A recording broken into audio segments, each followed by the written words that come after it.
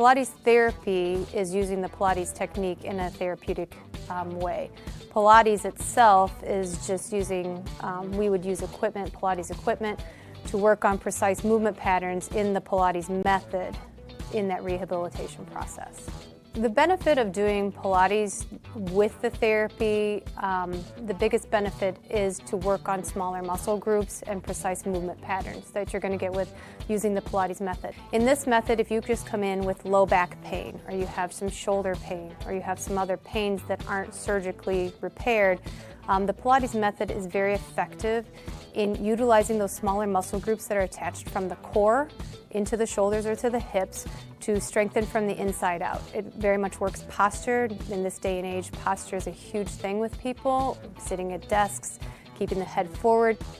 Anybody can benefit from Pilates. Definitely athletes, performers, dancers, gymnasts, but also people, chronic pain, back pain, shoulder pain, teenagers, even women going through pregnancy or postpartum can also benefit from Pilates. Pilates is for everyone, and including men, especially men. Men get tight as they age, decreasing flexibility in the hamstrings, in their spine. Now you have many professional athletes doing Pilates, LeBron James, Jake Arrieta, Antonio Brown, and they're finding the benefits of getting the elongation of the muscles and the strengthening and the balance and the control that helps them during their sport. And we are the only clinic in Fort Wayne that services both physical therapy and Pilates at the same time, that you can get a Pilates-based rehabilitation.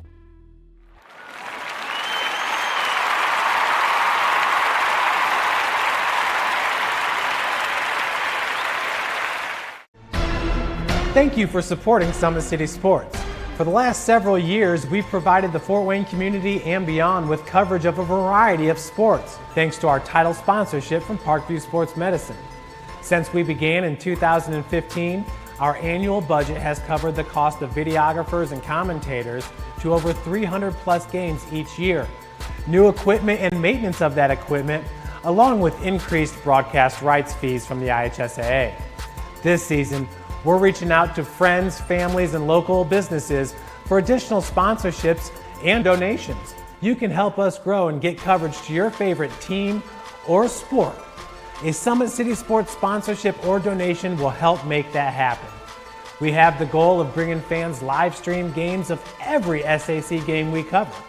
With the additional funds, we'd invest in mobile internet devices, allowing us to bring our supporters every SAC conference football and boys and girls basketball games live, as well as more coverage for sports like cross country, tennis, golf, swimming, wrestling, track and field, baseball, and softball.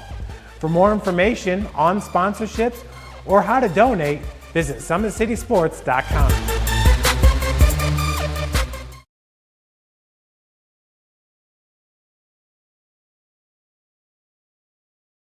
While the expansion of the Sport One Parkview Fieldhouse is enhancing the experience for athletes around the area, Parkview Sports Medicine is doing the same inside of the expansion, introducing the brand new Parkview Ortho Express Clinic, providing immediate access to the entire PSM team for athletes all around the region. We have this team that we can take care of them from the moment they come in, present with their injury, take them all the way through to the point where they're ready to be back to the performance level that they came in pre-injury. We can provide just about anything that any of your walk-in clinics provide, but we definitely focus on musculoskeletal issues. The Ortho Express Clinic meets athletes where they're at and when they're playing. The entire PSM team will be at an athlete's fingertips. Additionally, the clinic houses the region's only DEXA body composition assessment and a sports dietitian who can work with athletes on their dietary needs.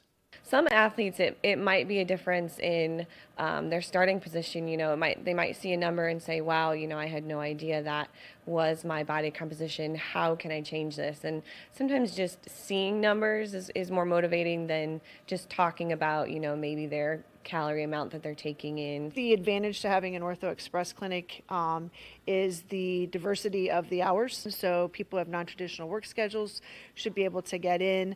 I think having athlete access on the athletic trainer side in the trenches, so to speak, and having them be able to get a hold of us or maybe send us a note and saying, hey, this patient's coming in, this is what I'm worried about, and it gives us a heads up. Whether it's the use of treatment tables, the radiology room, cold whirlpool tank, or the traditional exam room, the Ortho Express Clinic gives patients a seamless experience all under one roof. This is the type of facility you see in professional and in high-level Division I athletics, where you have everything right in one place. So if an athlete gets hurt playing basketball or volleyball on the other side, within the same facility, they can get their physical therapy or an x-ray if needed, just to rule out a fracture. That's stuff you hear about in the NFL, stuff you hear about at high-level colleges where kids just went downstairs and got an x-ray at halftime. We can actually do that in-house now. So it makes us kind of a state-of-the-art, unique facility.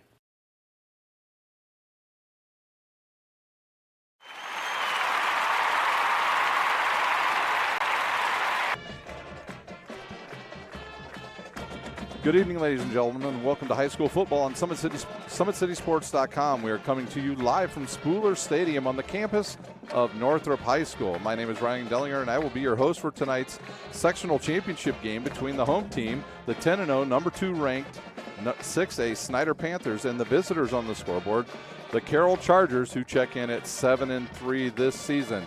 Tonight, I'll be joined in the broadcast booth by co-defensive coordinator of the University of St. Francis and defending NAIA champions, Joe Didier, and we'll talk with him in just a moment here on SummitCitySports.com.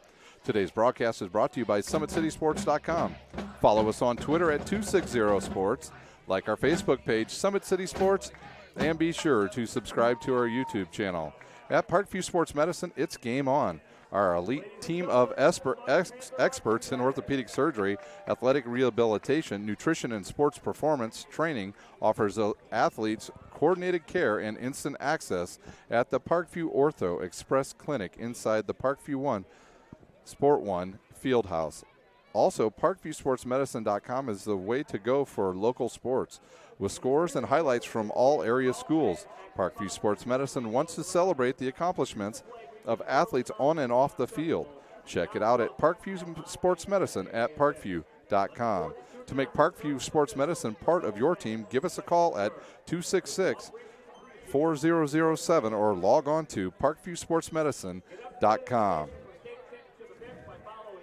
Parkview's new Ortho Express Clinic is your new home for all your orthopedic needs. Instant access to physicians, x-rays, physical therapy, performance, and sports dietitians are all at your fingertips at the new Parkview Ortho Express. We meet the athletes when and where they are playing inside the Parkview Sport 1 Fieldhouse with evening and weekend hours.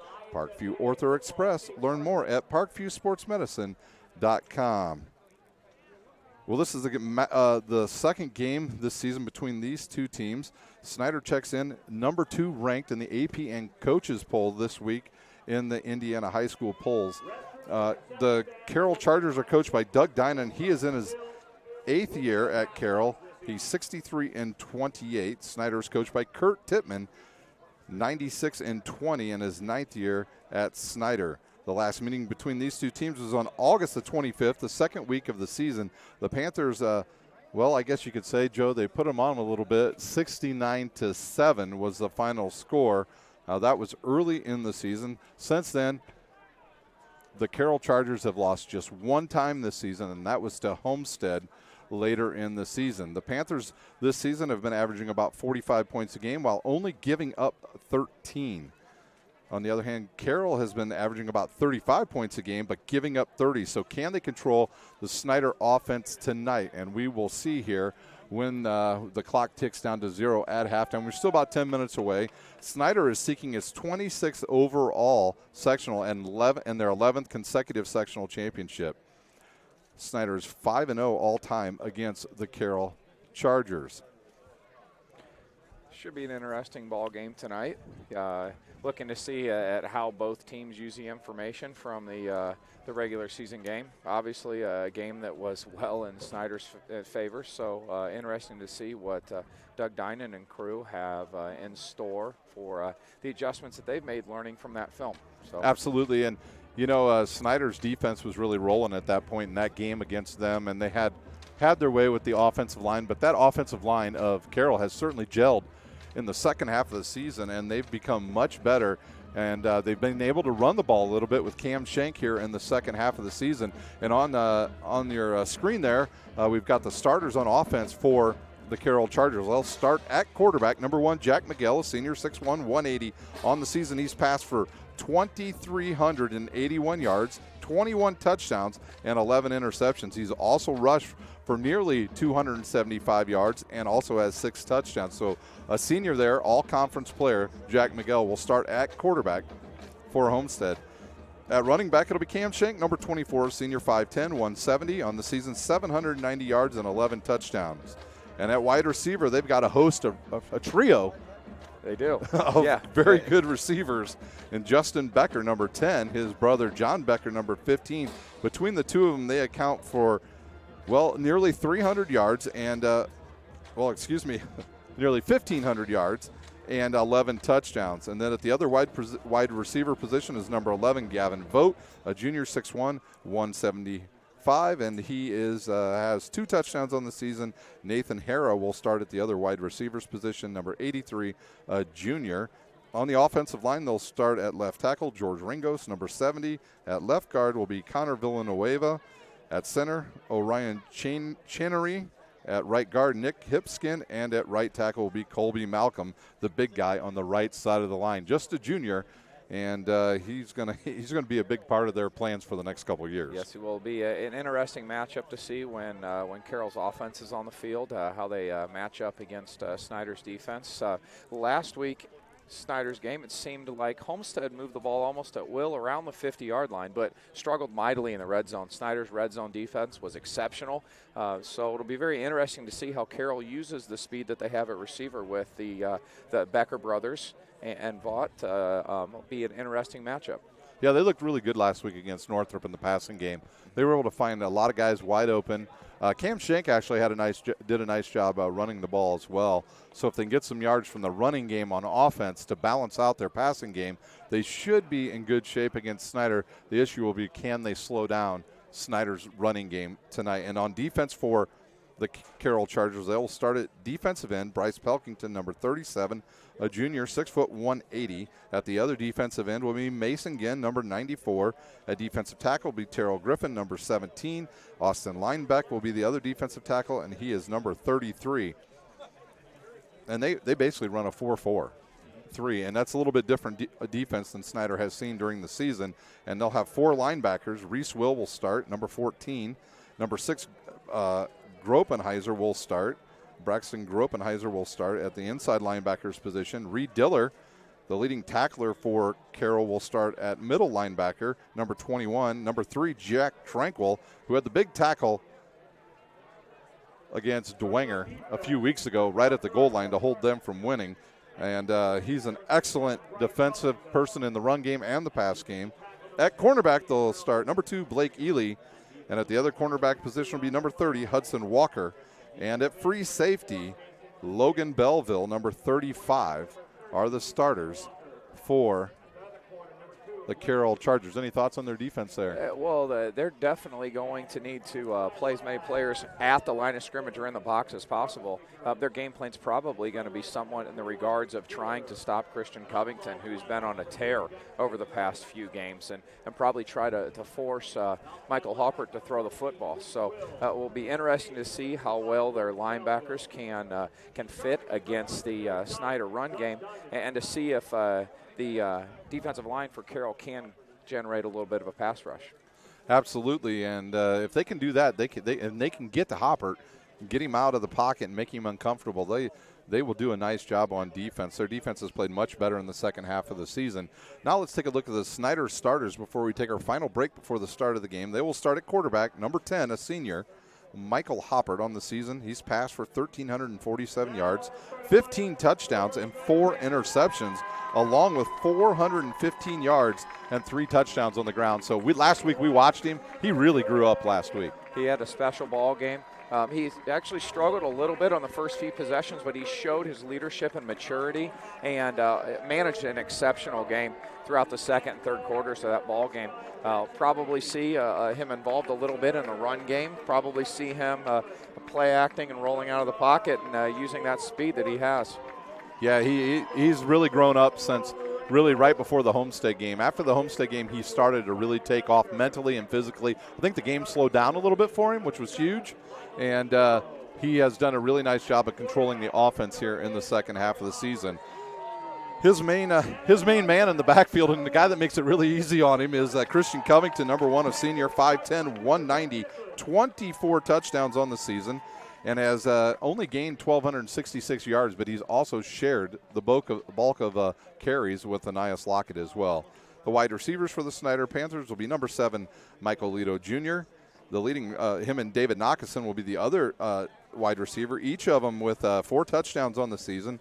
They'll go with double tight end action tonight. Number 18, Drew McCready, will start, a senior, 6'3", 195. And at the other tight end's position is number 91, a 6'6" junior, Simon Dellinger.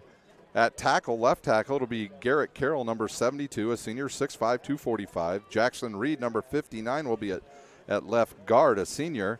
Caleb Isley will start at center, number 53. At right guard is Will Schwartz, number 58, 6'3", 280.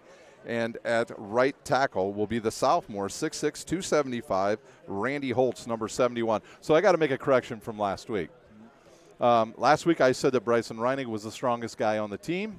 Yeah. And Will Schwartz kindly texted me earlier this week while watching the game on YouTube and said, he is not the strongest guy on the team. I am. So, Will Schwartz, we'll give you credit tonight. You'll be the strongest man on the team. Hey, he's a good player.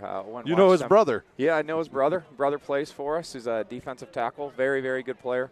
Watched Will practice a couple weeks ago, and, man, is he a good drive blocker.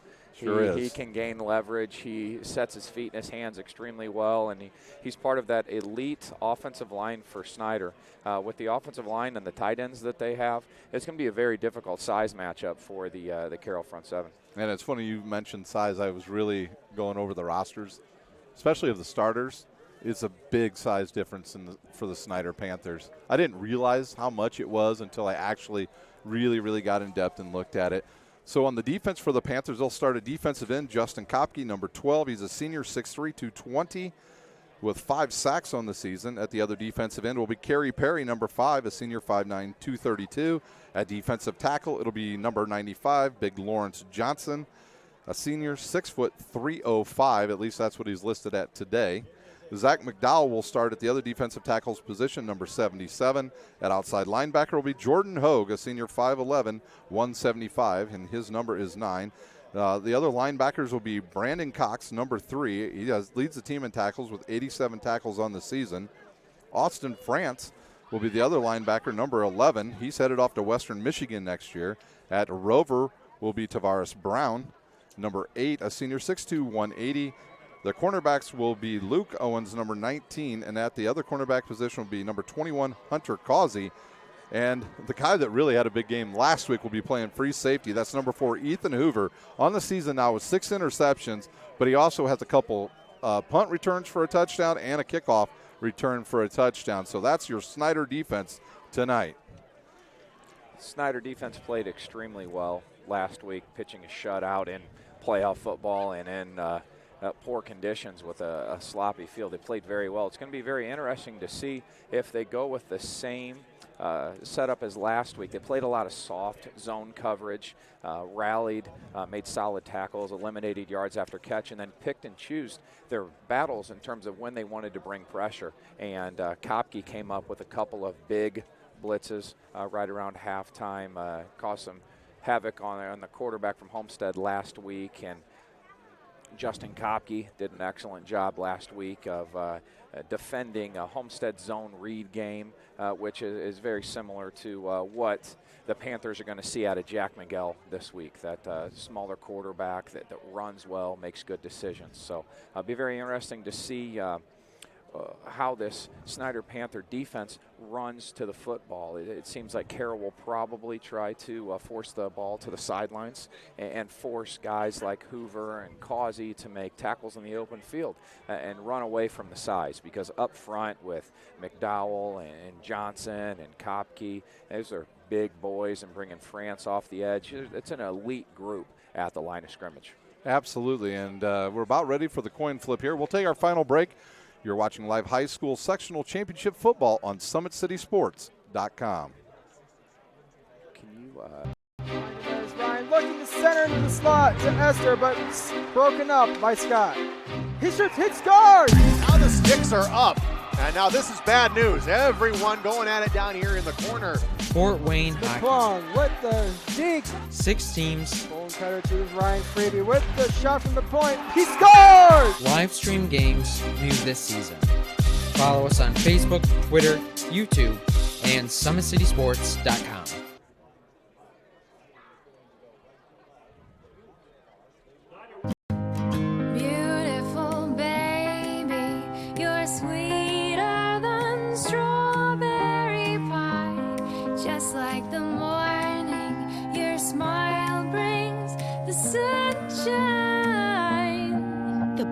Family Birthing Centers, with everything you need for baby, plus birth planners, expert physicians, midwives, and more for you. I'm a Parkview mom. You can be too. Learn more at parkviewmom.com.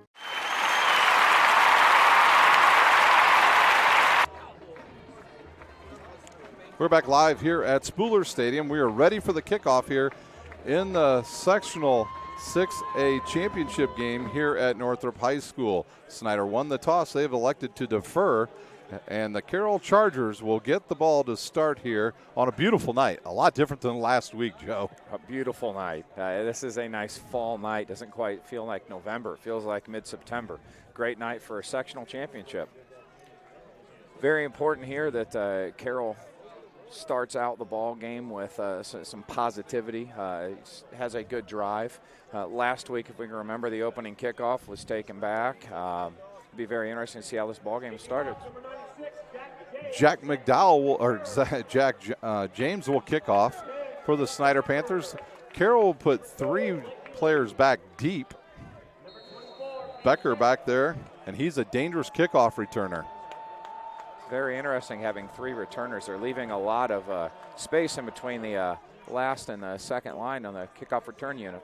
And the ball will be fielded at the 5, and it's brought up the right side. The runner slips, breaks away from one tackle, still on his feet, and he'll get out to the 25.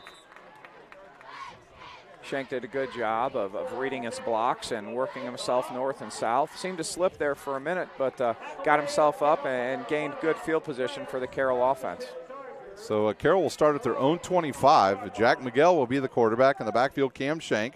His receivers will be Justin Becker, John Becker, and Gavin Vogt.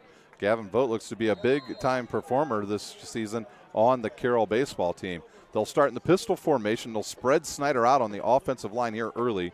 2 receivers to the near side. Now they'll bring a third one over there. That is Justin Becker. Trip receivers to the near side. 1 receiver up to the top. They'll give the ball to Shank. There's a big hole, and he'll pick up about 6 yards on that carry, maybe 7. Carroll did a good job of widening their formation. They lined up in a trips formation with 3 receivers close to the sideline, pulled an outside linebacker out so that they had numbers in the box, and Shank did an excellent job reading his blockers for a good first down game. And they'll switch it up a little bit here. Gavin Vogt will check out. They'll bring in a couple different players here. Good blocking on that right side by the Carroll offense here, and now they'll put a guy offset. Shank will be in the backfield with his quarterback, Miguel. Here's the snap to give to Shank. He'll run up the middle and have enough for the first down. It'd be interesting to see. Carroll seems to be playing multiple personnel groupings. They subbed Ingram in there, and to get into a 2-back set, looks like we have another substitution.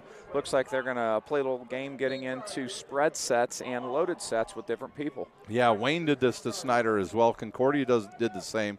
Really wide splits there with the offensive lineman, spreads them out, and it gets a little more one-on-one blocking, and the linebackers are going to have to come up and make some plays for the Panthers here early.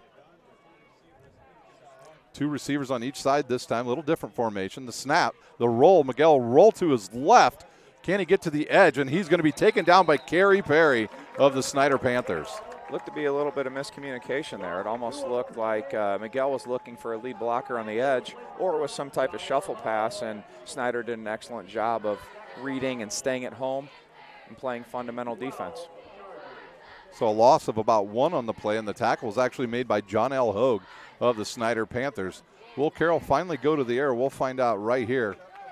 And can their offensive line contain the two defensive tackles of the Snyder Panthers. No running backs in the backfield. They're all out in formation. Miguel looks left, throws left, finds number 15, John Becker. Empty set, very similar to what we saw last week against Snyder's defense. Miguel reading into a soft zone coverage, found Becker on a hitch, setting up a 3rd and long. That first down play really hurt him there, because after that 7-yard gain, now you're looking at 3rd and 6 as opposed to potentially 3rd and 3. Yeah, actually, I thought that was John Becker. It was actually Mitchell on the catch that time for Carroll. Now they'll have 2 receivers each side. Shank will be offset to the left of his quarterback, Jack Miguel. He'll look to the sideline, and now he'll get his sign. And it looks like there's a timeout on the field by Carroll, their first timeout of the game. So with that timeout, we'll take a timeout. You're watching live high school sectional championship football on SummitCitySports.com. How do you design one of the most advanced ERs in the country?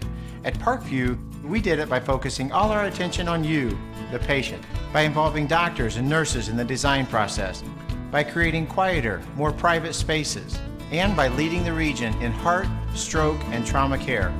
This is not your typical emergency room. It's Parkview. In an emergency, isn't this where you'd rather be? Parkview, your partner in health.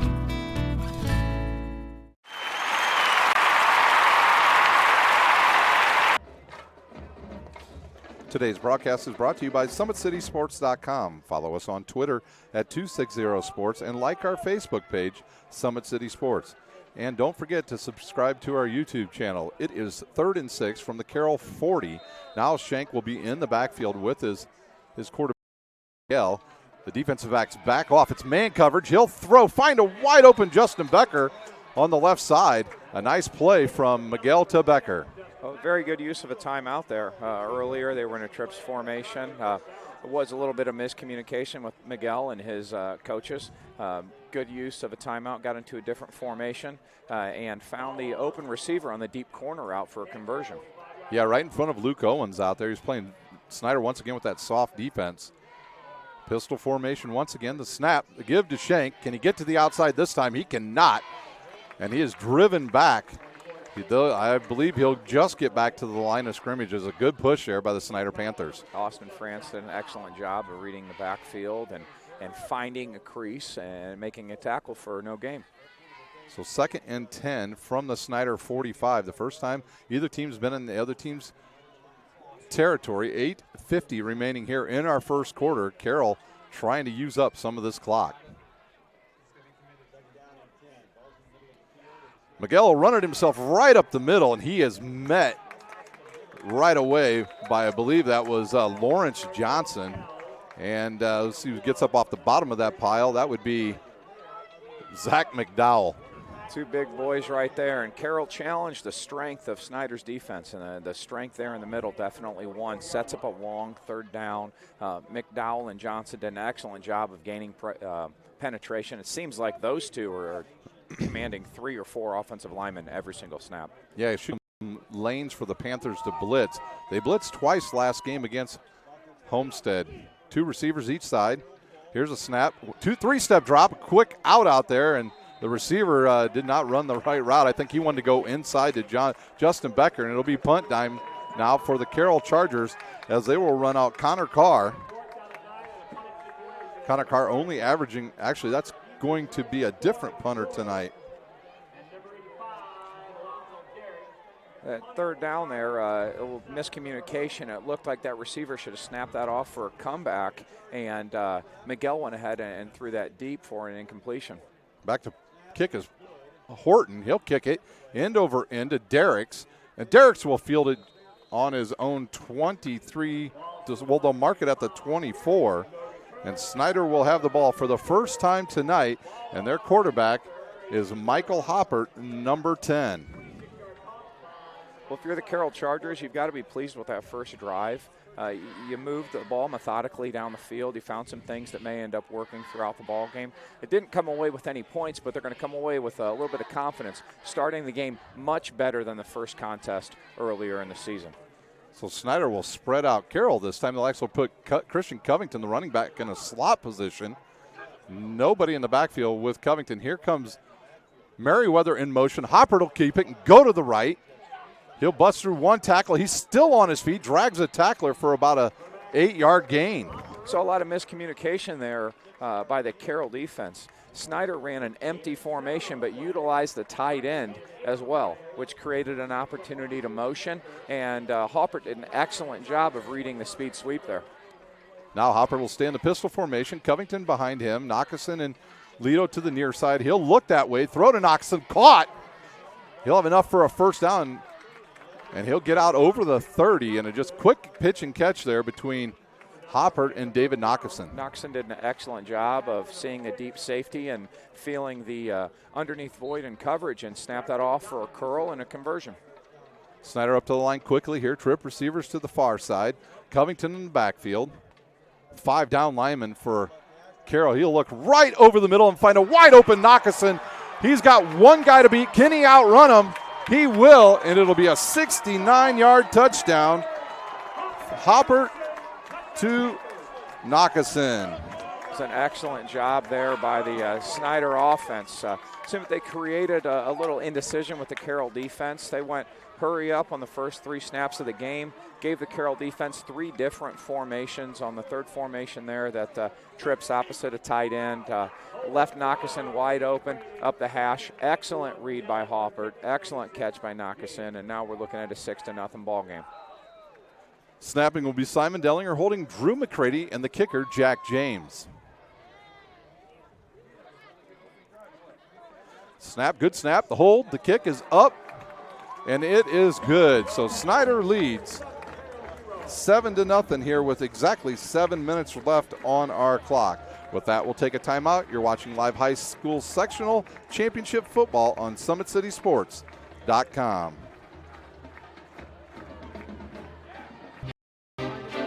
Looking to center into the slot to Esther, but broken up by Scott. He shoots, hits guard. Now the sticks are up. And now this is bad news. Everyone going at it down here in the corner. Fort Wayne High. Plong with the deke. 6 teams. Bone cutter to Ryan Freeby with the shot from the point. He scores! Live stream games new this season. Follow us on Facebook, Twitter, YouTube, and SummitCitySports.com. We're back live here at Spooler Stadium. The Panthers lead 7-0 with 7 minutes remaining here in our first quarter. Snyder on a quick strike from Hopper to David Knockison.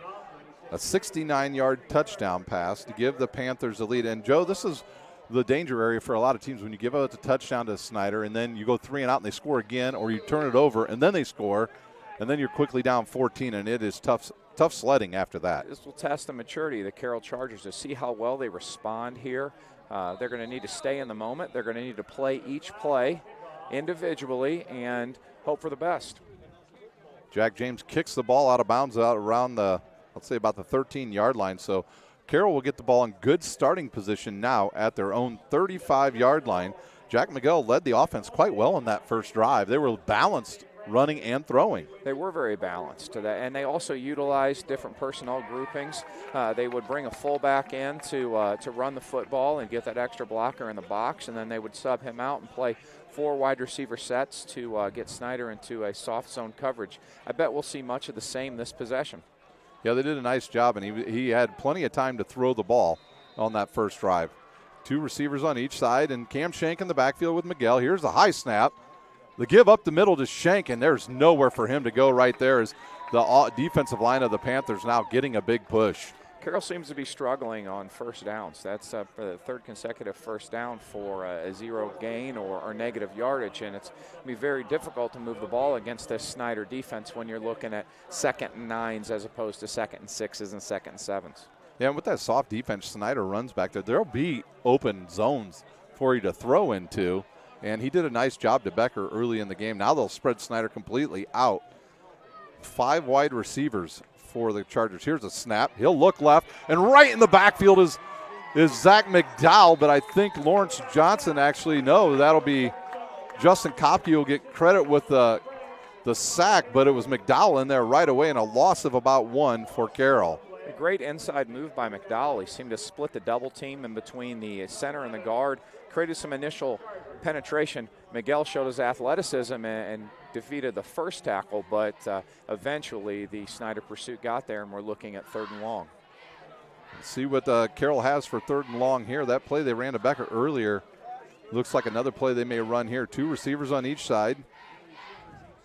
And Kerry Perry breaks in. He falls down but gets back on his feet. And now the quarterback's bundled up in there. Can they get to him? They do. That's Austin France on the tackle. He'll pick up about 3 yards, and the punting team will have to come back in for Carroll. And Snyder will get good position as Horton into punt once again. And now Snyder will put 2 guys back, Knockason and Ethan Hoover.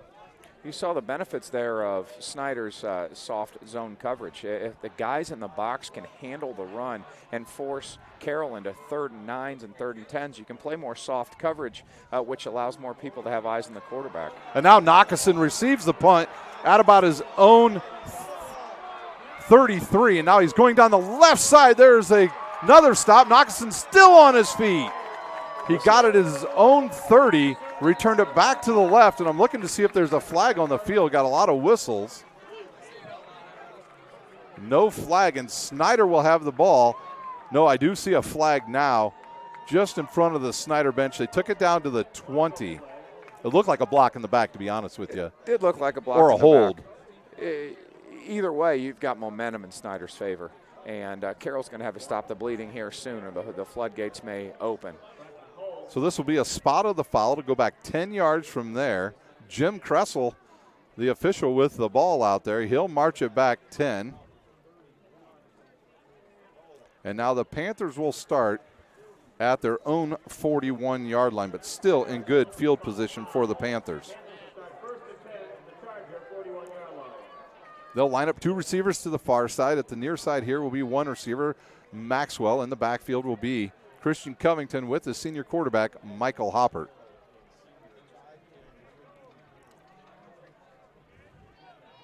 Waiting for the officials to get in position here. They're ready to go. There's our whistle.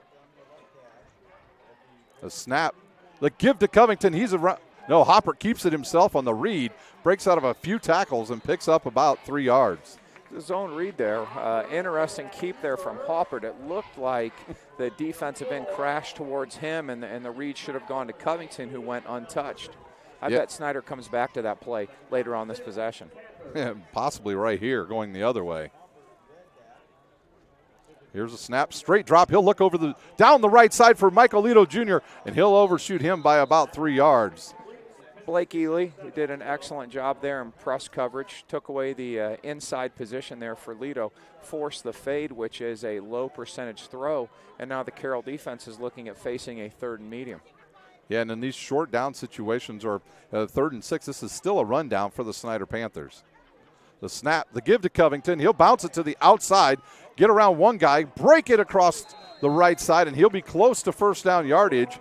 Couple players laying on the ground for the Panthers. Covington did an excellent job there. It looked like number 94 for Carroll got good penetration, and Covington read off the block, worked himself inside, and now you're looking at 4th and short, and it looks like the Panthers are going to go. Yeah, they'll bring in Drew McCready and Bryson Reinig, the 2nd strongest guy on the team, according to Will Schwartz. And they'll have the big package in the backfield now, double tight ends right. 4th and 1, here's the snap. The give to Covington, he'll go over the right side, and I don't know if he has enough for a 1st down. It's really close. It looks like Covington was falling forward, and it looks like the spot should be advantageous for a 1st down. And we're going to have a official timeout. They will measure, but the Carroll offense all ready to go out on the field, because I think he needed to get over that 30-yard line, and I don't believe he got there. So big stop by Carroll here if they can get the benefit of this, of where the spot of the ball is. Here's the chain. They'll pull it tight, and it'll be Carroll ball. Great stop there by the Carroll defense. They get a little momentum for the Chargers, see if they can capitalize that on a big possession here with their senior leader, Jack Miguel.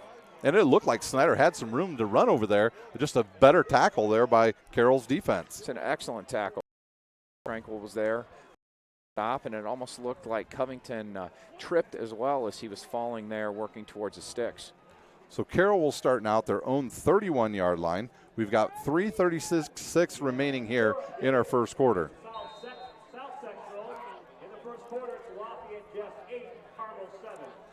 And we just got a score up. Lafayette Jeff leads Carmel 8-7.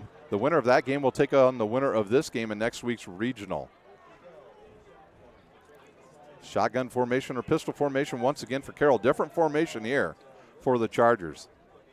Here's a snap. He'll look left, throw quickly to the left to Justin Becker. The defender falls down, but Becker fumbles the ball, but it's lucky that it went out of bounds, Joe. Yeah, Becker looked to get upfield first before securing the football, but he luckily maintained possession.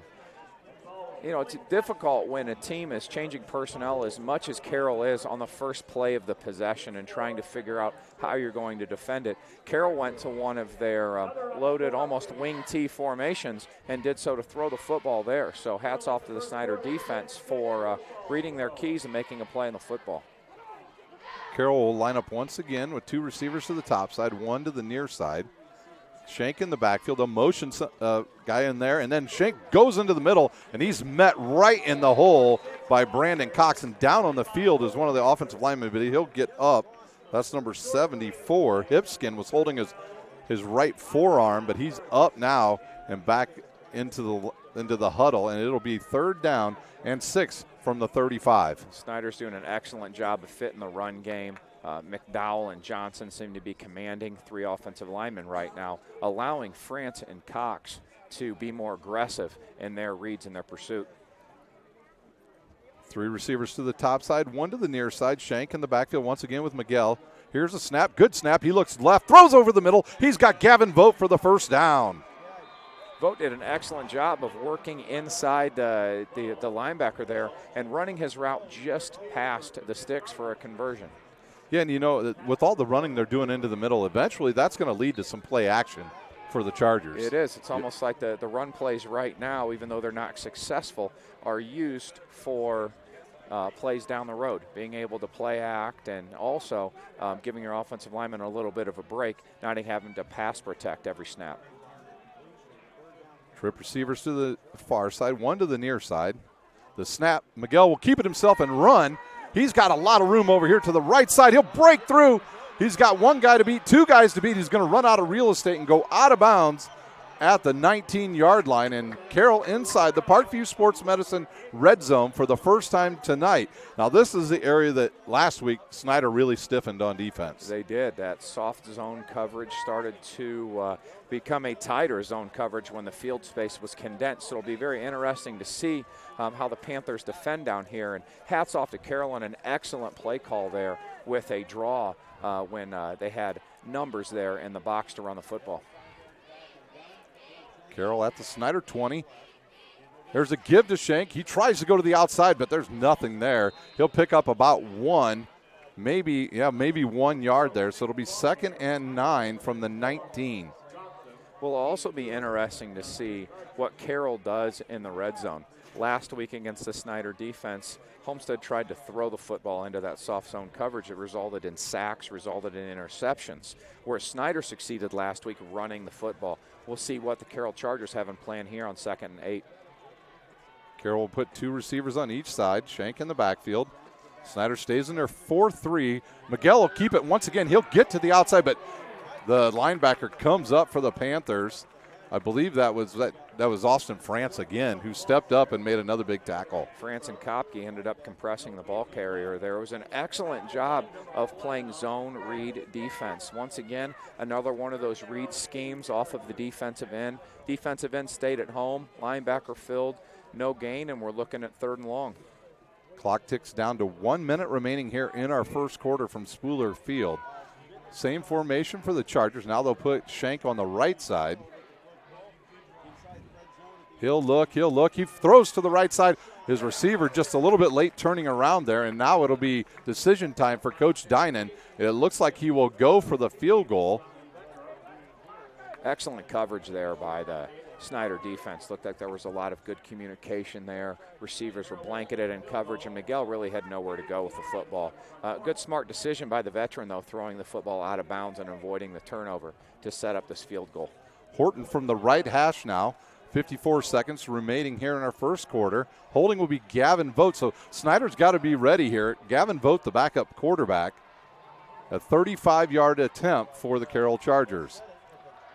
There's a snap. Good snap. The hold. The kick is up. It is going to be short and left. And Snyder will take over at their own 20-yard line. Didn't seem like he got good contact on the football. It looked like it had the angle, but just not the distance. Absolutely. And both teams now back out on the field. We won't take a timeout here. We want to thank our sponsor tonight, Parkview Sports Medicine. They've been with us the whole way. Also, for all of you watching tonight, please tweet to us at 260sports. Let us know where you're watching from. We'd love to hear from you here on SummitCitySports.com.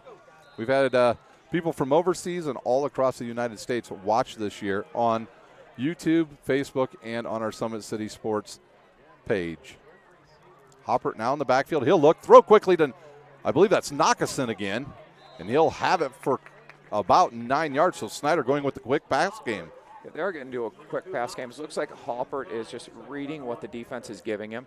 It looked like they had 3 defensive backs over there to cover the trips receivers there for Snyder, but they were in a softer alignment. So all hitches by the receivers and go ahead and find the open one, and he definitely did.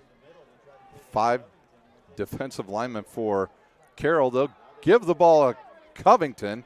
He'll run to the right, drag a couple players, and pick up a first down. Covington, you know, a lot of people just think he's a speedster. He's really kind of dirty. He likes to get in the middle of the line and rough it up. He does. Looks like he got the tough yards there. And he's always falling forward. You never see him falling backwards. He's always going to get that extra inch and that extra yard. Covington in the backfield once again. Here's a snap. He'll look right. He'll throw to Nockeson. A good block he gets. And Nockeson down the right side. And he's going to go all the way. He's at the 20. 10, 5, touchdown! 65 yards. Excellent job there by Snyder. They've seemed to fall in love with that trips tight end formation there. Carroll had 2 receivers to that side to cover the 3. Hopper called for the bubble, and Nockeson used his speed and got north and south quickly, was off to the races. Another big play for the Snyder Panthers. And he got a great block out there by Merriweather on that play, and that's what sprung that. He outran everybody to the end zone, and that's our final play of the first quarter, as we'll just have the extra point now. Jack James will kick. Dellinger snap a little bit to the right. The kick is up. It is good, and the Panthers lead 14-0. And that is the end of the first quarter here at Spooler Stadium. We will take a timeout, and we will be right back with live action from Northrop High School's Spooler Stadium. You're watching live high school sectional championship action on SummitCitySports.com. There's Ryan looking to center into the slot to Esther, but broken up by Scott. He shoots, hits guard! Now the sticks are up. And now this is bad news. Everyone going at it down here in the corner.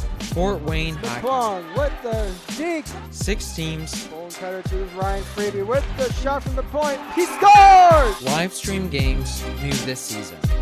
Follow us on Facebook, Twitter, YouTube, and SummitCitySports.com. Covington is requiring so much attention. So play action leads to a big touchdown by the Panthers on the final play of the first quarter when Hoppert hits his target tonight, his favorite target, David Nockeson, and he capitalizes on a 65-yard touchdown pass. The passes aren't long. They're short, they're quick, but they're effective. They're very effective, and hats off to the Snyder receivers. They're doing an excellent job of stock blocking in the open field and allowing the ball carrier to use his speed and versatility, and that's 2 long ones for Nockeson set up by excellent blocking. Shank back to receive the kick. The ball will come down short right at about the 16th, and Shank is hit hard right at about the 29-yard line by Alonzo Derricks. Actually, that was number 45. He was running downfield like his hair was on fire there. Excellent job by the young man. He sure did. And Carroll once again will have good starting position. They'll start at their own 29-yard line. Last drive was a good drive by Carroll. definitely was a good drive. Didn't come up with any points, though, and yet another red zone stop for the Snyder defense. So definitely found a recipe there defensively. Bend but don't break. So will Carroll stick with their early plan of running the ball early in the downs, or will they get rid of that and start throwing the ball all over the field? Here's the straight drop back. He'll look, fire, goes over his intended target. Justin Becker goes out of bounds. Good defense there by Hunter Causey. And boy, did Jack Miguel take a big hit at the end of that play. He did take a hit. Big Lawrence Johnson got excellent penetration. It messed up the read because it looks like he had an open receiver out to the field, but the pressure, and Johnson took all of Miguel's focus and concentration and ended up throwing the ball into tight coverage over there. Yeah, probably threw that probably a little bit earlier than his receiver was thinking there, and wasn't able to get his head around and get the ball. Trip receivers to the top side, one to the near side. Pistol formation. He'll look. He'll give it to Shank. Now Shank is going to be stopped for a loss by Kerry Perry, and that's a loss of about 5, and that'll be 3rd and long for the Chargers. Snyder's doing an excellent job once again of fitting the run. Everyone seems to be gap and assignment sound, and it's a wall of big muscle and big steel there in that front 7 for Snyder. And they're getting good penetration now. They've switched things up. Last week, I didn't really realize it until I watched the replay of the game, how much substituting they did on the defensive line in the 3rd and 4th quarter to keep those guys fresh. Here's a snap, straight drop, 3 steps. He'll look, fire deep down the field and overthrows everybody out there. Does Jack Miguel. He was looking for Justin Becker, but he had double coverage out there. The free safety Hoover over the top and underneath Hunter Causey. Miguel seemed like he was just grinding, trying to make a play, and the ball hawk, Ethan Hoover, was right there. Be interesting to see what Hoover comes up with here on a potential big moment for another special teams play for the junior. Horton back to kick. He'll kick from about his 11-yard line. Back to return. Derricks and Hoover. Here's the snap. The kick. It's a spiral to Hoover. Boy, he's got everybody there, but he's going to get a nice block. The wall sets up now. Can he get to the outside? A nice shadow block by Brandon Cox. Hoover down the right side, over the 30, inside, still on his feet at the 20. Runs into a host of Carroll players, but he's inside the 15-yard line as he returns it from the 45 down inside the 15. And now Hoover down on the field holding his right knee. Hope that young man's okay. But that was set up once again by excellent perimeter blocking by the Snyder Panthers, even on special teams. And with the injury timeout, we'll take a timeout. You're watching live high school sectional championship football on SummitCitySports.com. How do you design one of the most advanced ERs in the country? At Parkview, we did it by focusing all our attention on you, the patient, by involving doctors and nurses in the design process, by creating quieter, more private spaces, and by leading the region in heart, stroke, and trauma care. This is not your typical emergency room. It's Parkview. In an emergency, isn't this where you'd rather be? Parkview, your partner in health.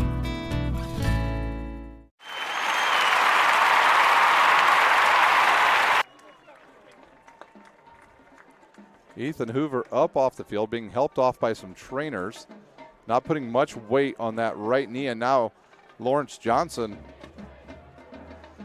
will come over and help Ethan Hoover off the field. Doesn't look good right now. We'll see if he's all right here. Doesn't look good, Joe, though, the way that he's limping off the field, and looks like they may take him right to the trainer's table or even back to the locker room. Yeah, it looks like they're taking him over there. He seems to be walking very gingerly, but he will definitely be under good care with the Parkview Sports Medicine team.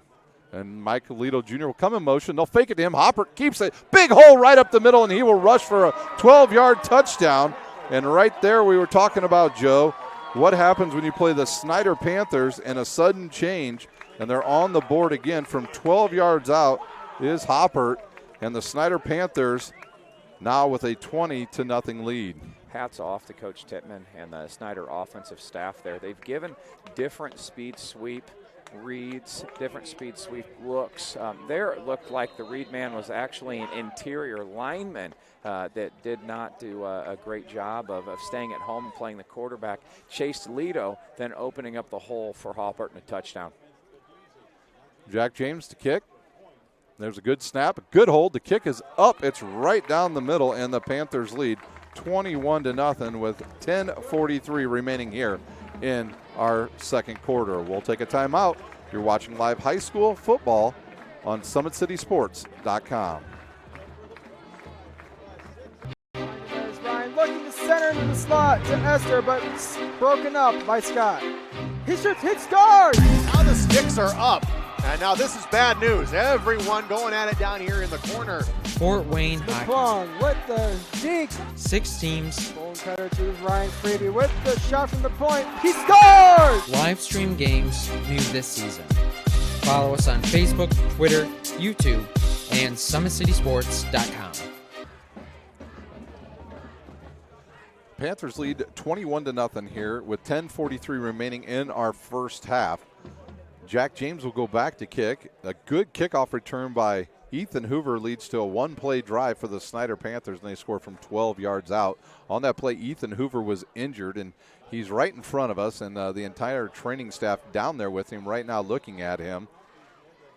And it looks to be questionable whether he'll be returning, and Jack James now will kick the ball. It'll come down to Cam Shank inside his 15. He'll run right into the middle of this same guy for the Panthers with another big hit. Excellent kickoff coverage, and it seems like they're utilizing James with a higher pooched kick, allowing the kickoff coverage unit for the Panthers to get closer to the Carroll returners and not allowing Shank and those guys to utilize their speed. Yeah, Jack James all season been kicking the ball fairly close to the end zone. The last couple games kicking more pooch kickoffs and short ones. We've got no wind here on a beautiful fall night at Spooler Stadium. Miguel in the pistol formation once again. Here's the snap, the fakes, he'll keep it, run right, a big opening over there on the right side. He's taken down by Austin France after a pickup of about 6 yards. Great read there by Miguel on the zone read. Keep. Good positive yardage on first down. And that play worked well earlier in the first quarter. And the right side's done a nice job over there of blocking. Hipskin and Malcolm have opened up some big holes for Miguel and the running backs. Here's the snap, a quick throw to the outside, a good pitch and catch. A flag comes in, but I'm pretty sure he caught the ball anyways. And I believe that was Gavin Vogt on the reception. Wonder if Hunter Causey got there just a hair too early. He did an excellent job, though, of reading off of Miguel's eyes and anticipating the break of the football. But it seems to be a pass interference. It was a first down. I think they'll take the penalty, actually. It'll be more yards than the first down. Yeah, take the penalty, Yep. take the yards, be able to work the ball past midfield, see if they can gain something positive going into halftime to start moving things in the other direction. So the ball will go out to the Carroll 46. We'll say at the 45, basically, right? The nose of the ball right at the 46. Be interesting to see if Carroll goes back to the zone read game. It's been very successful for them. It's been the only run plays that have been effective to this point.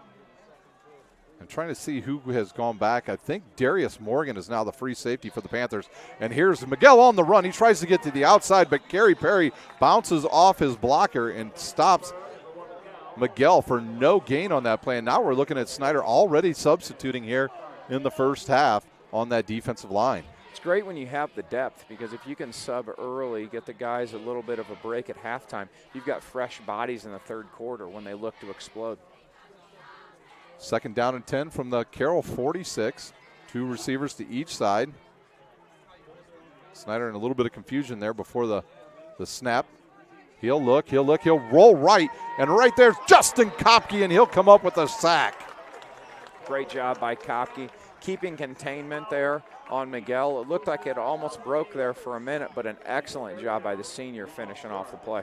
And it's amazing how quickly those 2 defensive ends are getting off the blocks when they have the opportunity to make a tackle. Yeah, they're doing an excellent job of using their hands, defeating the block with their hands so they can use their eyes to track down the football. Clock ticks under 9 minutes to go. A 3rd and 18 now for the Carroll Chargers. Snyder playing a zone, and there's another rush, and there's Lawrence Johnson with a sack. So back-to-back sacks for the Panthers. Carroll with another big loss, and they will have to punt now and give the ball back to the Snyder Panthers in good field position. We'll see who goes back to return. I bet it will be David Knockason. Well, it was a great job by the guys in the Snyder front seven, being able to control the ball game defensively. It seemed like Snyder's secondary was late to align to a few snaps with their quarterback of the defense, who they're on the sidelines. And look at Snyder already setting up where they're going to Did you see what all their defensive linemen did as soon as it got kicked? They all ran right, although the ball went out of bounds. They were setting up from the minute the ball was kicked. Setting up a sideline return there. So the Panthers will start at, let's see where they spot it. Wow, that was not a very far punt at all. It'll be at the Snyder 47.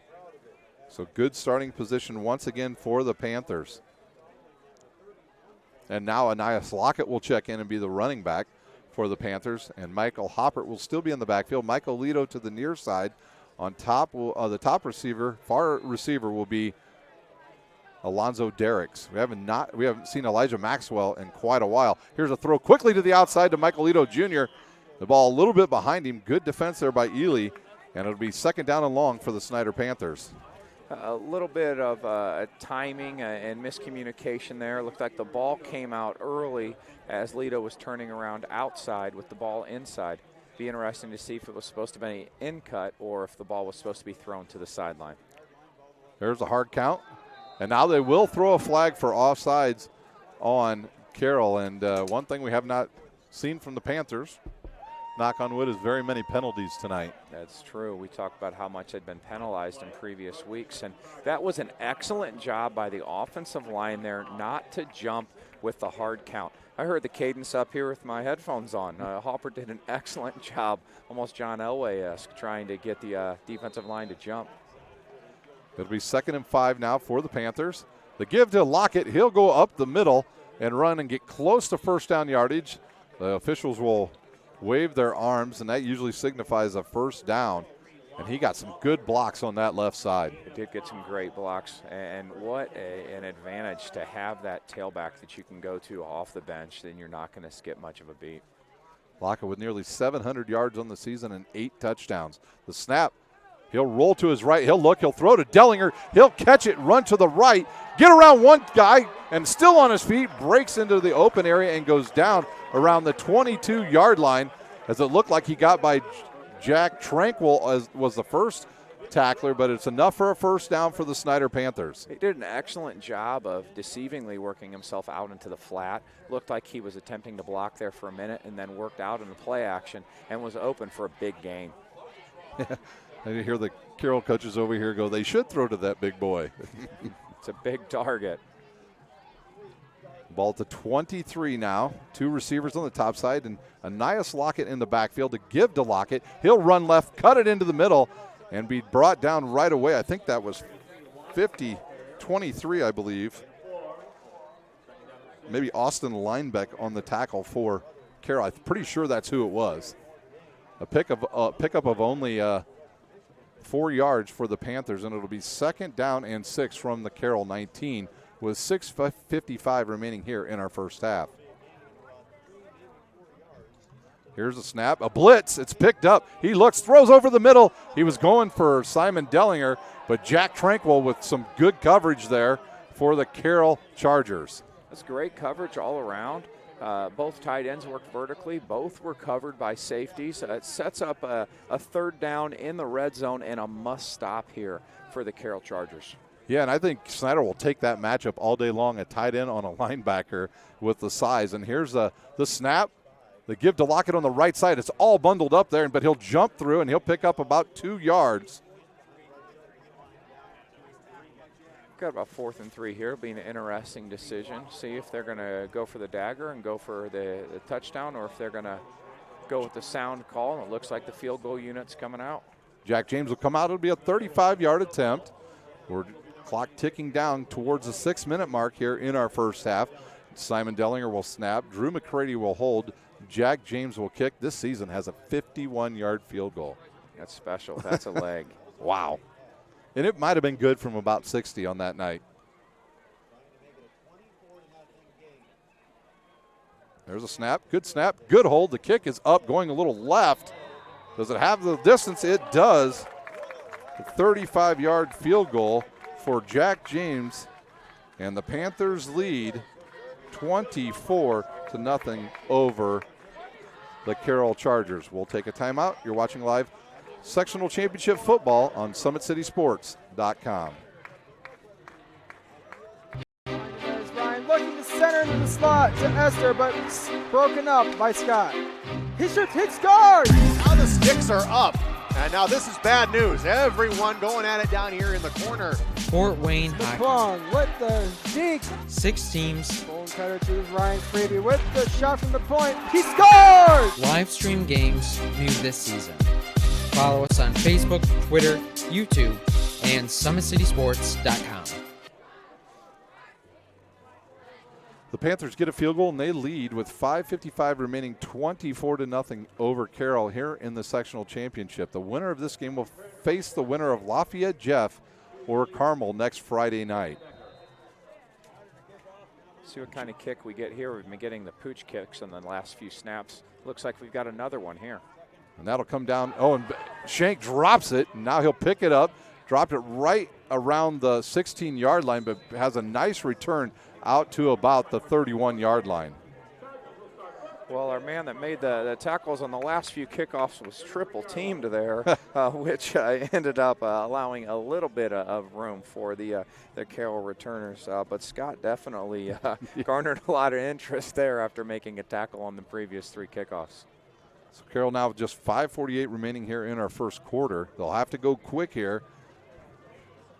The Panthers will get the ball to start the second half, and we've got some subs in there on the defensive line as Lawrence Johnson is out and Janini Belizaire is in there. Here's a give in the middle to Shank, and he's brought down after a short gain of about a half a yard.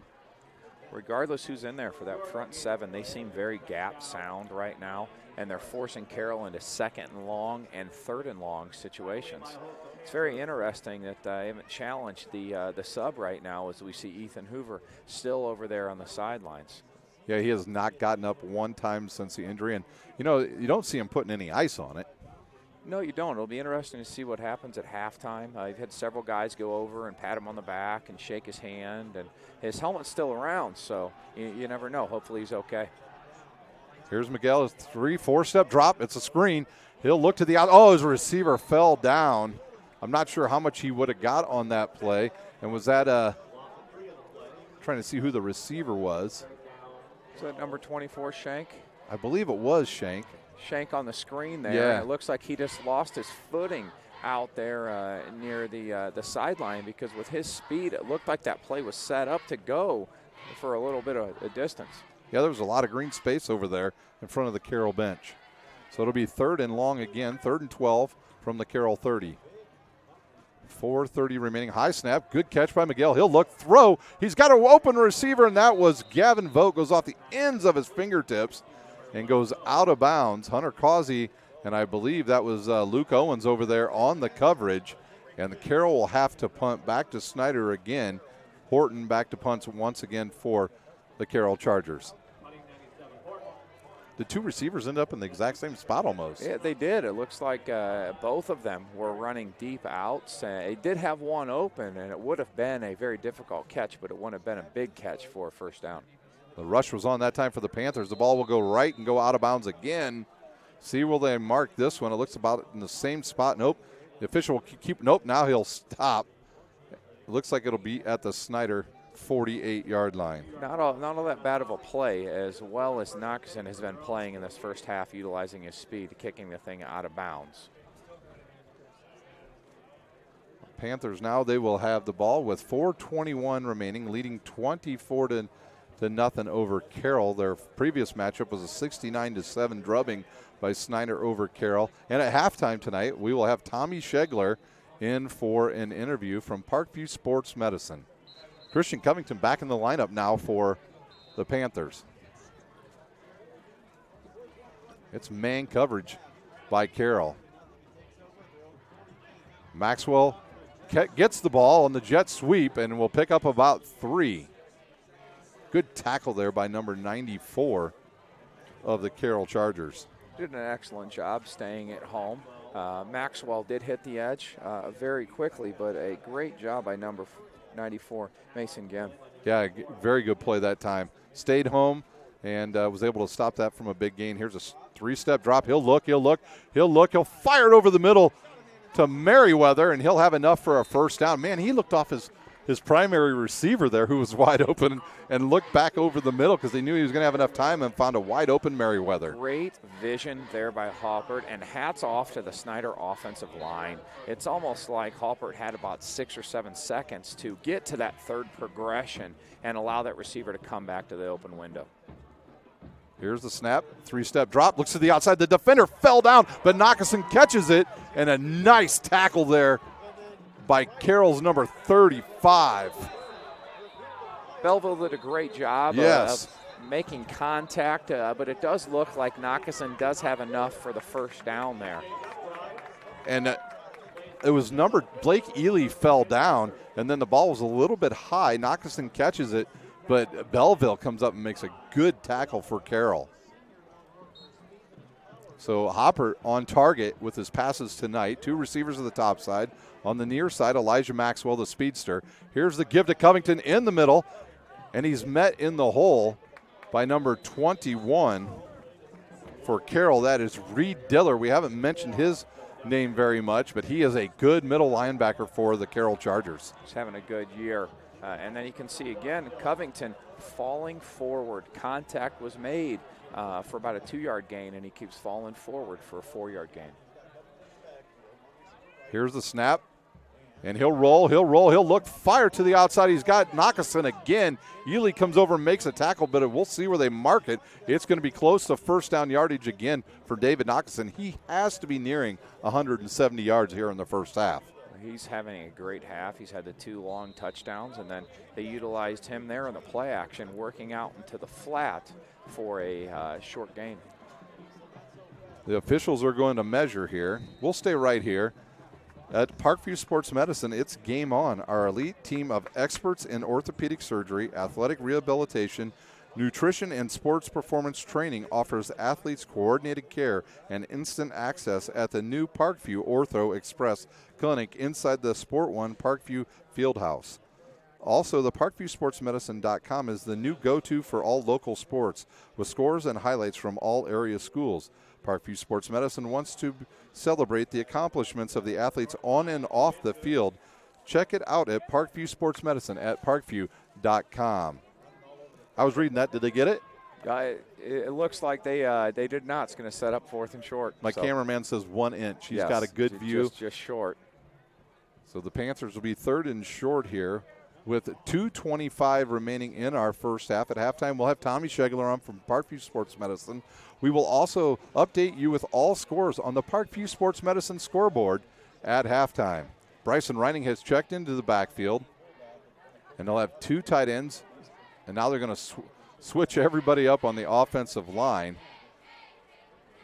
and they'll put Michael Lito Jr. down to the near side. Reining in the backfield with Christian Covington. Hoppert under center. Here's a snap. They'll give it to Covington. He'll run in the middle, have enough for the first down, and he will be inside the Parkview Sports Medicine red zone and be down to the 10-yard line. Well, I tell you what, that's almost a given there with a 3rd and short with the 2 tight ends, the big fullback coming in, Covington running downhill. It's very difficult to stop because there's a big size advantage for Snyder right now. Same formations. Give to Covington. He gets to the outside, stays on his feet.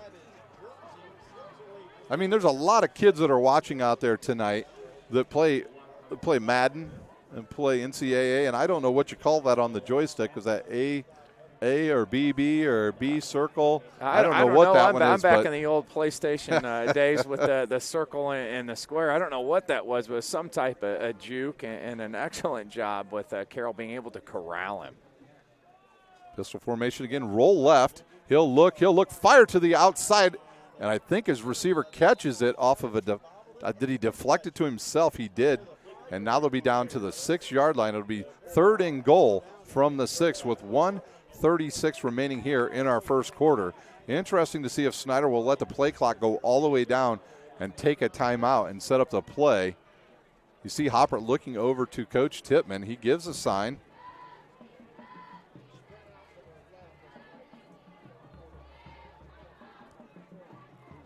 Here's the snap. He'll look, roll, look for his tight end, Dellinger. He'll catch it, and he'll be in with the touchdown from 6 yards out. The big target right there. Did an excellent job with those long arms, outstretching him across the goal line. Another play action, and Dellinger did an excellent job working himself away from the linebacker to be able to utilize that big frame for a touchdown. And that's a big play for the Snyder Panthers. Again, they lead now 30-0 with just 1:10 remaining in our first half. That was pretty good coverage there, once again, by Jack Tranquil. It's just when that big 6'6" guy's standing there and blocking you out like in basketball, it's hard to get around him. It's very difficult for any linebacker or anyone at the high school level to cover somebody that long and that strong at the tight end position. Kick is up and good, and the Panthers lead 31-0 with 1:10 remaining here at Spooler Stadium. We will take a timeout. You're watching live high school sectional championship football on SummitCitySports.com. Beautiful baby, you're sweeter than strawberry pie. Just like the morning, your smile brings the sunshine. The Parkview Family Birthing Centers, with everything you need for baby, plus birth planners, expert physicians, midwives, and more for you. I'm a Parkview mom. You can be too. Learn more at parkviewmom.com.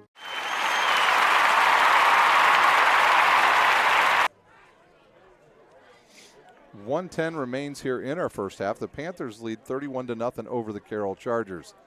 We just had a score update from the South Sectional. It was Carmel over Lafayette Jeff 14-8 in the second quarter. The winner of that game plays the winner of this game. Interesting, if it's Carroll, they will come here if the Panthers win. Well, they'll come here with whoever wins if they win tonight. Here's the kick. A little bit deeper this time. It'll come down inside the 10. Shank drops it again but picks it up. And right there's number 45 again. He misses the tackle, and now Shank's got some room in the middle of the field, and he'll have good starting position for the Carroll Chargers out to their own 42-yard line. Great kick by James, but I wonder if he outkicked his coverage, so to speak. The first few were down in the 20-25 range, and it seemed like there was a big gap between the first level of pursuit and the second level of pursuit for the kickoff coverage unit for the Panthers. So now Carroll in business now. They're going to start at their own 42 with just 1 minute remaining here, so they'll be in the hurry-up offense. They have all 3 timeouts remaining. Trip receivers to the far side, one to the near side. Shank in the backfield.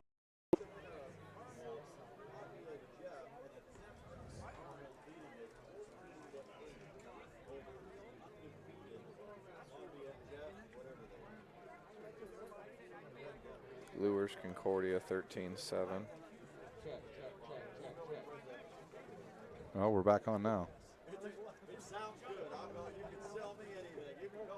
We're back live here at Spooler Stadium. Snyder Panthers lead 31-0 over the Carroll Chargers at halftime. Our guest didn't arrive, so Joe, you get to stay here with me. We'll take a look at the Parkview Sports Medicine scoreboard here from around the area here in just a second as I get the computer here to update the scores. Some interesting scores coming in from the area. Well, in 6A at Sectional 6A, number 2, it's Penn all over Warsaw, 40-0. I don't believe there's any shock there whatsoever. No really, right Penn has a clear path to the semi-state. They will play the winner of Portage and Crown Point. Neither team having a great season for that sectional. So, in sectional in 4A, sectional 19, Angola leads 14-3 over Culver Academy. In the first quarter, I'm sure this game hasn't updated in a while. Wayne and DeWenger in sectional 20 and 4A were tied at 7. See if we can get an update here. And we'll move down to sectional 28 and 3A. I know Bishop Luers was leading Concordia 13-7 at halftime. 13-7. I heard that announced. and a close one in 2A Sectional 34.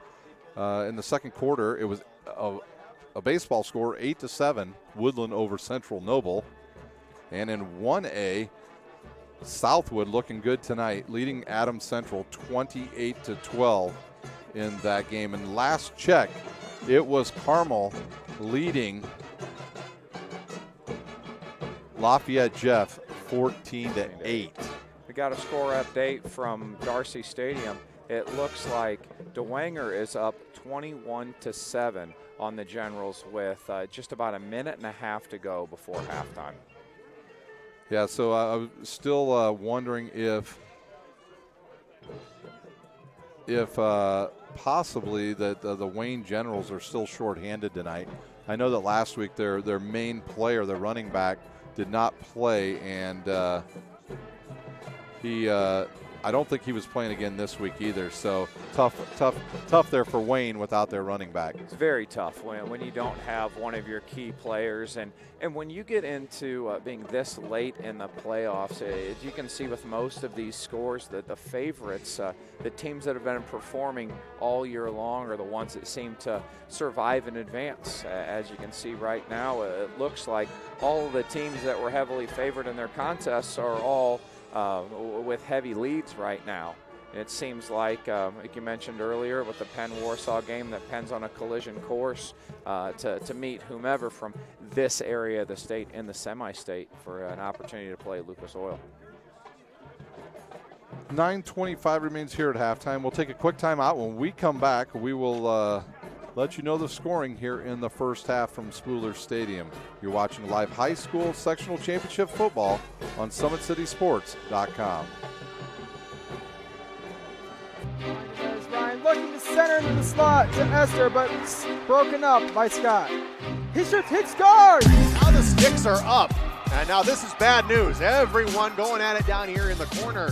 Fort Wayne Hockey with the deke. 6 teams. Bone cutter to Ryan Freeby with the shot from the point. He scores! Live stream games new this season. Follow us on Facebook, Twitter, YouTube, and SummitCitySports.com. That's tough.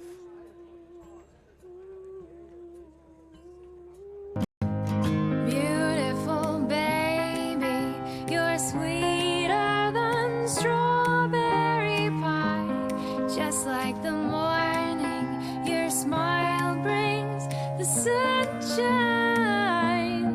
The Parkview Family Birthing Centers, with everything you need for baby, plus birth planners, expert physicians, midwives, and more for you. I'm a Parkview mom. You can be too. Learn more at parkviewmom.com.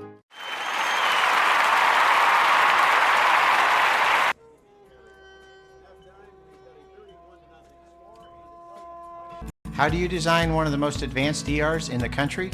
At Parkview, we did it by focusing all our attention on you, the patient, by involving doctors and nurses in the design process, by creating quieter, more private spaces, and by leading the region in heart, stroke, and trauma care. This is not your typical emergency room. It's Parkview. In an emergency, isn't this where you'd rather be? Parkview, your partner in health.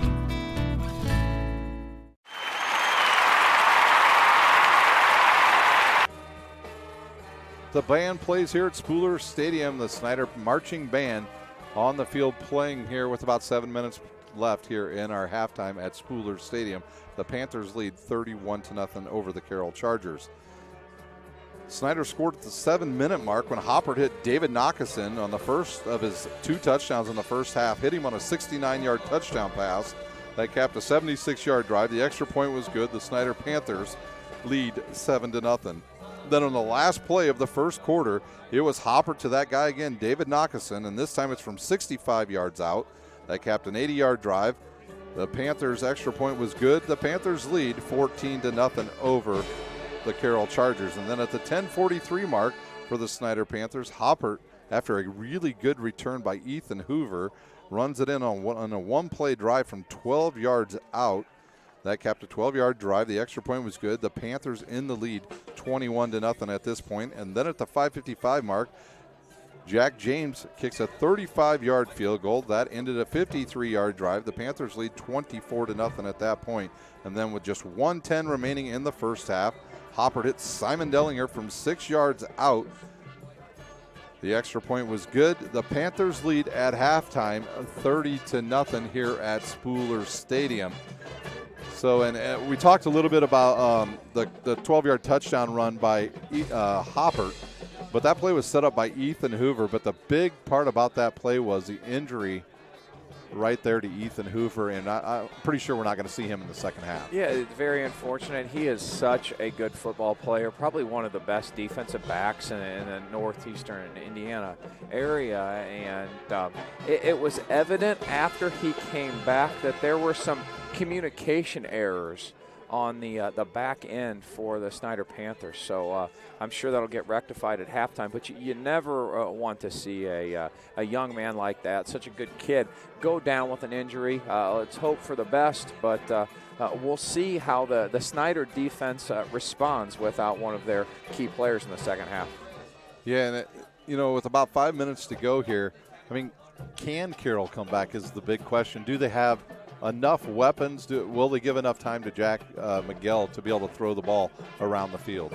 It's going to be very difficult. It's going to be an uphill battle. Snyder gets the football after the half, and the Carroll defense has been having a difficult time handling the big length at tight end. So look to see probably much of the same, but I'm sure Jack Miguel, the seasoned leader, the senior, one thing's for certain in it, playoff football, seniors will show up. So look for a big showing out of him and Carroll to put all cards on the table down in the second half. And one stat that's gone unnoticed over the past 2 weeks is that's the 6th consecutive quarter for the Snyder Panthers to not allow a point. A defense that was much criticized down the stretch has pitched a shutout last week against Homestead and has done the same in the first half here against the Carroll Chargers. That front 7, that front 6, those big guys up front are commanding blocks, and those linebackers are just running sideline to sideline.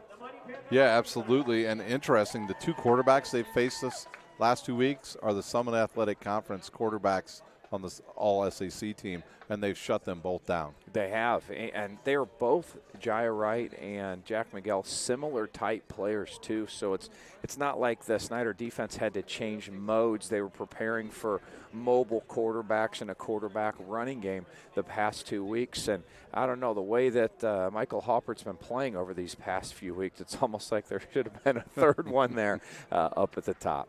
Yeah, and he was the second-team all-conference quarterback. The difference is those 2 guys put up huge numbers, not only through the air but with their legs, basically. And he just basically had to turn around and give the ball to either number 1 or 33 or a couple other running backs during the season. And that's a big difference where the Panthers, average well over 300 yards on the ground. And Carroll and Homestead kind of in the same mold, not big run teams. And they utilize their quarterbacks in the run game. And what goes unnoticed in the stats is Hoppert's decision-making ability. He is making reads in the read option game. He's making sound decisions in their perimeter passing game. He's making sound decisions in their play-action passing game. And he's really operating on all cylinders right now. So whereas he may not light up the stat board from a yardage standpoint, he's the general that's calling the shots every day for every play for a Snyder offense. It seems to be clicking on all cylinders. Yeah, you look here, Hopper 10 for 13 in the first half with 206 yards and 3 touchdowns already. Nockeson with 164 yards on just 6 receptions. And in the running game, they're under 100 yards in the rushing game, and they're winning 31-0. It's not like they've had to really run the football quite as much because some of the bubble passes and quick hitches have turned into almost like running plays with Nockeson with yards after catch. And the Snyder receivers did an excellent job against the Carroll secondary in this first half of blocking snap to whistle and allowing the speedy Nockeson to find a crease on 2 very long touchdown receptions, and both passes of which were not long passes in the first place. And Jack Miguel in the first half, he's 5 for 13 for 49 yards. The leading receiver is Justin Becker number 10 with 2 receptions for 18. Gavin Vogt with 1 catch for 13. In the rushing game, Jack Miguel leads all rushers with 36 yards for Carroll, and Cam Shank checking in with just 10 yards. So Carroll just barely over 100 total yards here in the first half. Snyder defense have been suffocating right now. They've been doing a great job of reading the quarterback in the zone read game. They've been doing a great job of corralling the run game in the box, and receivers have been attacked in the Snyder secondary, not allowing any yards after catch. So they're forcing Carroll to have to play a perfect ball game in the second half. We're looking at a 5-score ball game right now. Carroll's looking at potentially getting maybe 5 or 6 possessions in the second half, so they're going to have to capitalize. Yeah, looking at total yardage, Snyder's run 27 plays for 266 yards, and Carroll's actually ran more plays, and they have 32 plays for only 90 total yards here in the first half. Wow, and then third down conversions as well. You know, Snyder's holding them to only 3 for 9. And it's evident looking at the statistics that Snyder has dominated this first half. Carroll did do a good job of working the zone read game earlier to be able to create drives, which is where you can see they ran more plays with 32 plays there, but at only about 2.5 yards per play. It seems like Snyder forced Carroll into several 2nd and 10s, 2nd and 11s, 3rd and 9s, and it's a lot easier to play defense when you're facing 3rd and 9 as opposed to 3rd and 3. Yeah, absolutely. And the teams are back out on the field. Carroll warming up on the south end zone, Snyder on the north end zone. We've got about 2:30 remaining here in halftime, and we will take our final timeout. When we come back, we'll have the opening kickoff of the second half here in the sectional championship game from Spooler Stadium.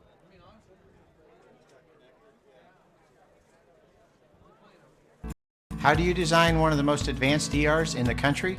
At Parkview, we did it by focusing all our attention on you, the patient, by involving doctors and nurses in the design process, by creating quieter, more private spaces, and by leading the region in heart, stroke, and trauma care.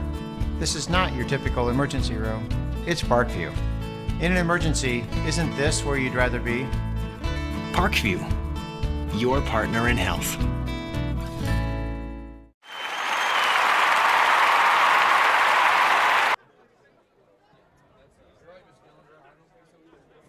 How do you design one of the most advanced ERs in the country?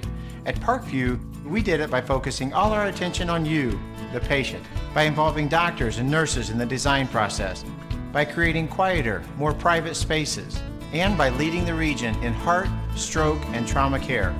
This is not your typical emergency room. It's Parkview. In an emergency, isn't this where you'd rather be? Parkview, your partner in health.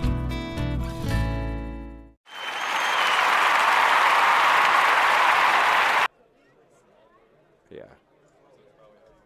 That's Beautiful baby, you're sweeter than strawberry pie. Just like the morning, your smile brings the sunshine. The Parkview Family Birthing Centers, with everything you need for baby, plus birth planners, expert physicians, midwives, and more for you. I'm a Parkview mom. You can be too. Learn more at parkviewmom.com.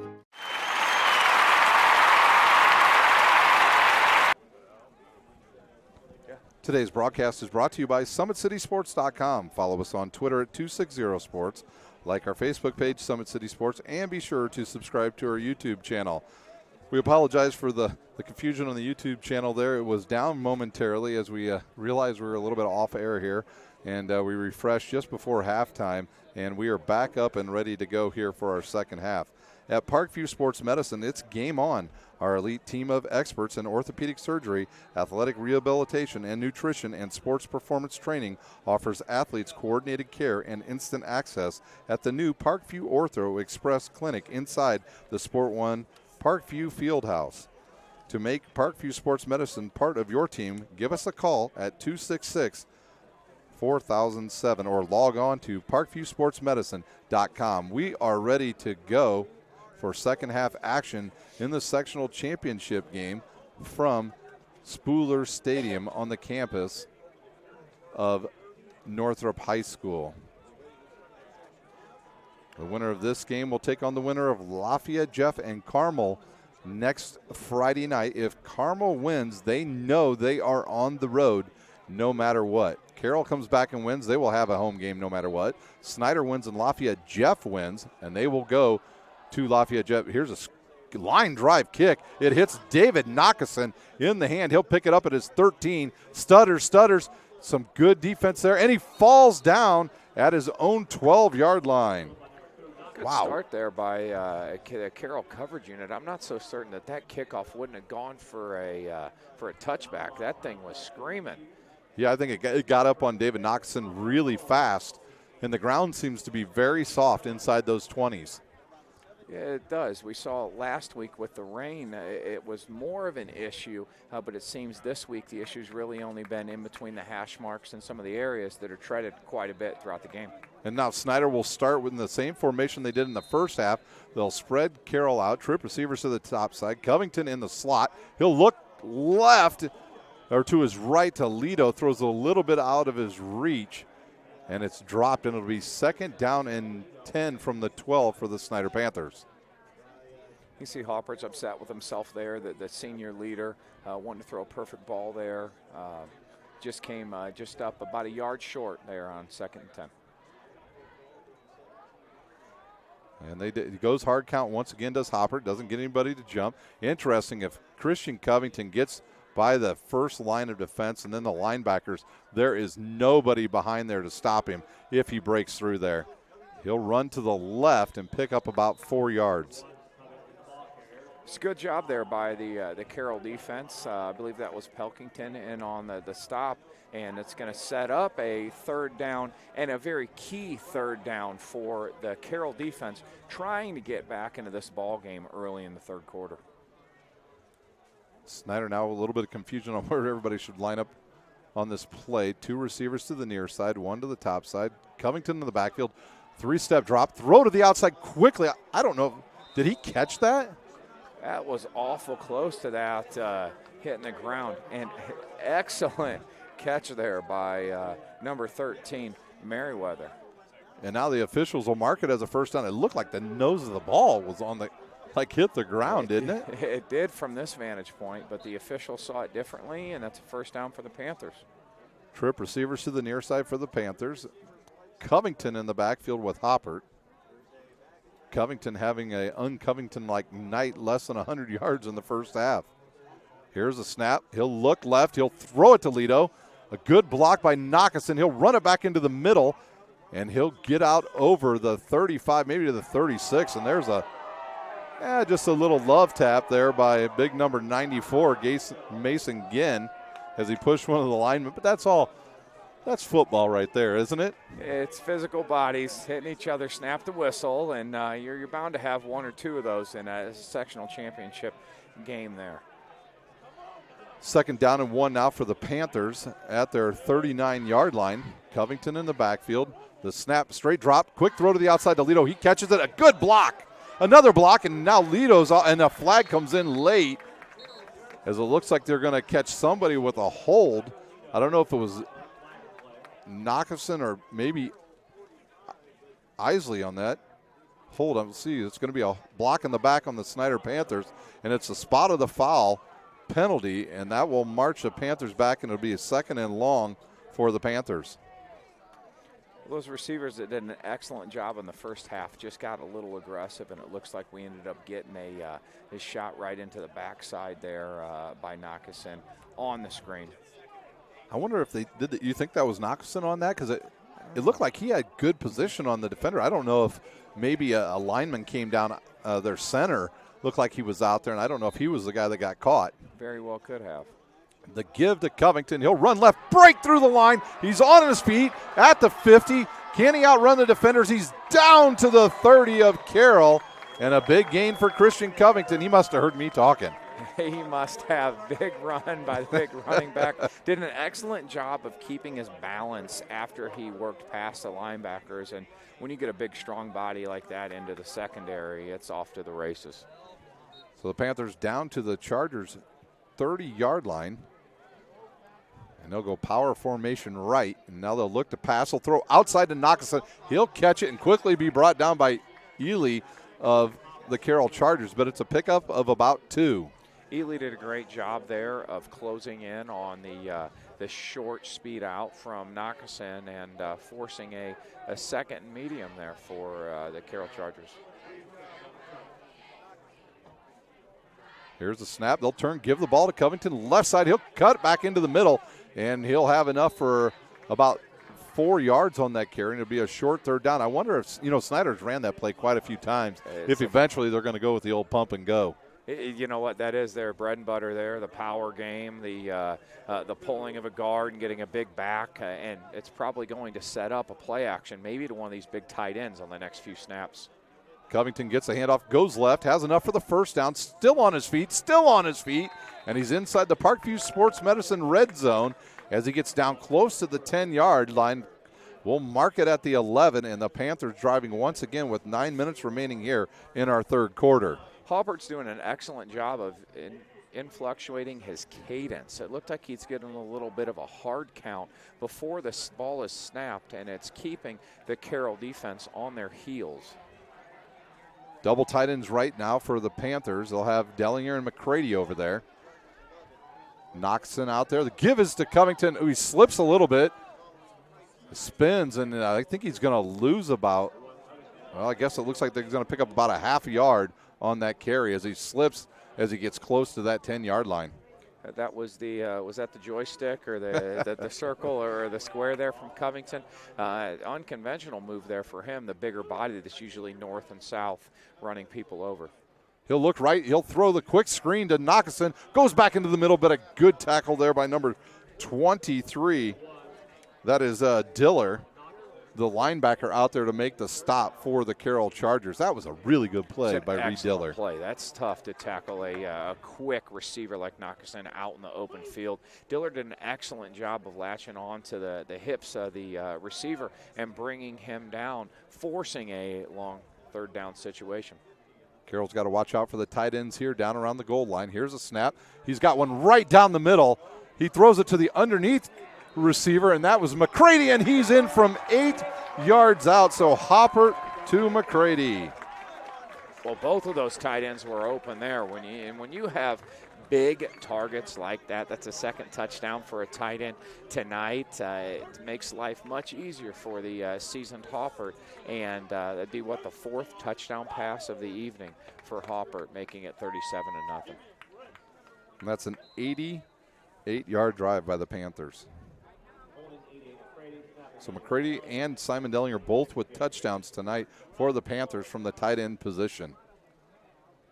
There's a good snap, the hold, the kick is up, and it is good, and the Panthers lead 38-0 over the Carroll Chargers with 7:38 remaining here in our third quarter. We will take a timeout. You're watching live high school sectional championship football on SummitCitySports.com. Looking to center into the slot to Esther, but broken up by Scott. His hits guard. Now the sticks are up. And now this is bad news. Everyone going at it down here in the corner. Fort Wayne Hockey. McClung with the dink. 6 teams. Bone cutter to Ryan Freeby with the shot from the point. He scored! Live stream games new this season. Follow us on Facebook, Twitter, YouTube, and SummitCitySports.com. We are back here at Spooler Stadium. The Panthers lead 38-0 over Carroll in the sectional championship game. The winner of this will take on the winner of Carmel and Lafayette Jeff next Friday night. And that's a game you will see right here on SummitCitySports.com. Jack James will kick off. Back to receive now 3 deep players for Carroll, and Schenk will catch it this time. He'll run it right up the middle. Oh, and he takes a big hit as he's wrapped up around the waist. And then number 45 and 40. Wow, Number 40, Nick Pisley. Pisley. And number 45, Tavarian Scott. They're an excellent kickoff coverage, and future Panther defenders there. Excellent experience for a young player to go downfield, beat a block, and they're doing a great job of it tonight. Open field tackling for the Snyder kickoff coverage unit. The Carroll kickoff return unit, with their speed, has been one of their strengths to this point of the season, and Snyder has definitely shut that area down this evening. And interesting that they moved the free safety now for Snyder is now Luke Owens, and Dimitri Shaw is also in their defensive back. Here's a quick throw, and nothing there for the senior quarterback for Carroll, and he is dropped by Zach McDowell again. Big Zach McDowell, another inside move, beat another double team, forced a quick throw. Wow. Yeah. Did you hear that score? No. Ben Davis is getting beat by Lawrence Central. Wow. Ben Davis has been the team to beat, but on any given Friday night, you've got to show up. You've got to play every game. You have to treat everyone equally. You've got to execute no matter who you're playing. You never know what's going to happen in playoff football. So Warren Central looking to upset the number 1 team in the state.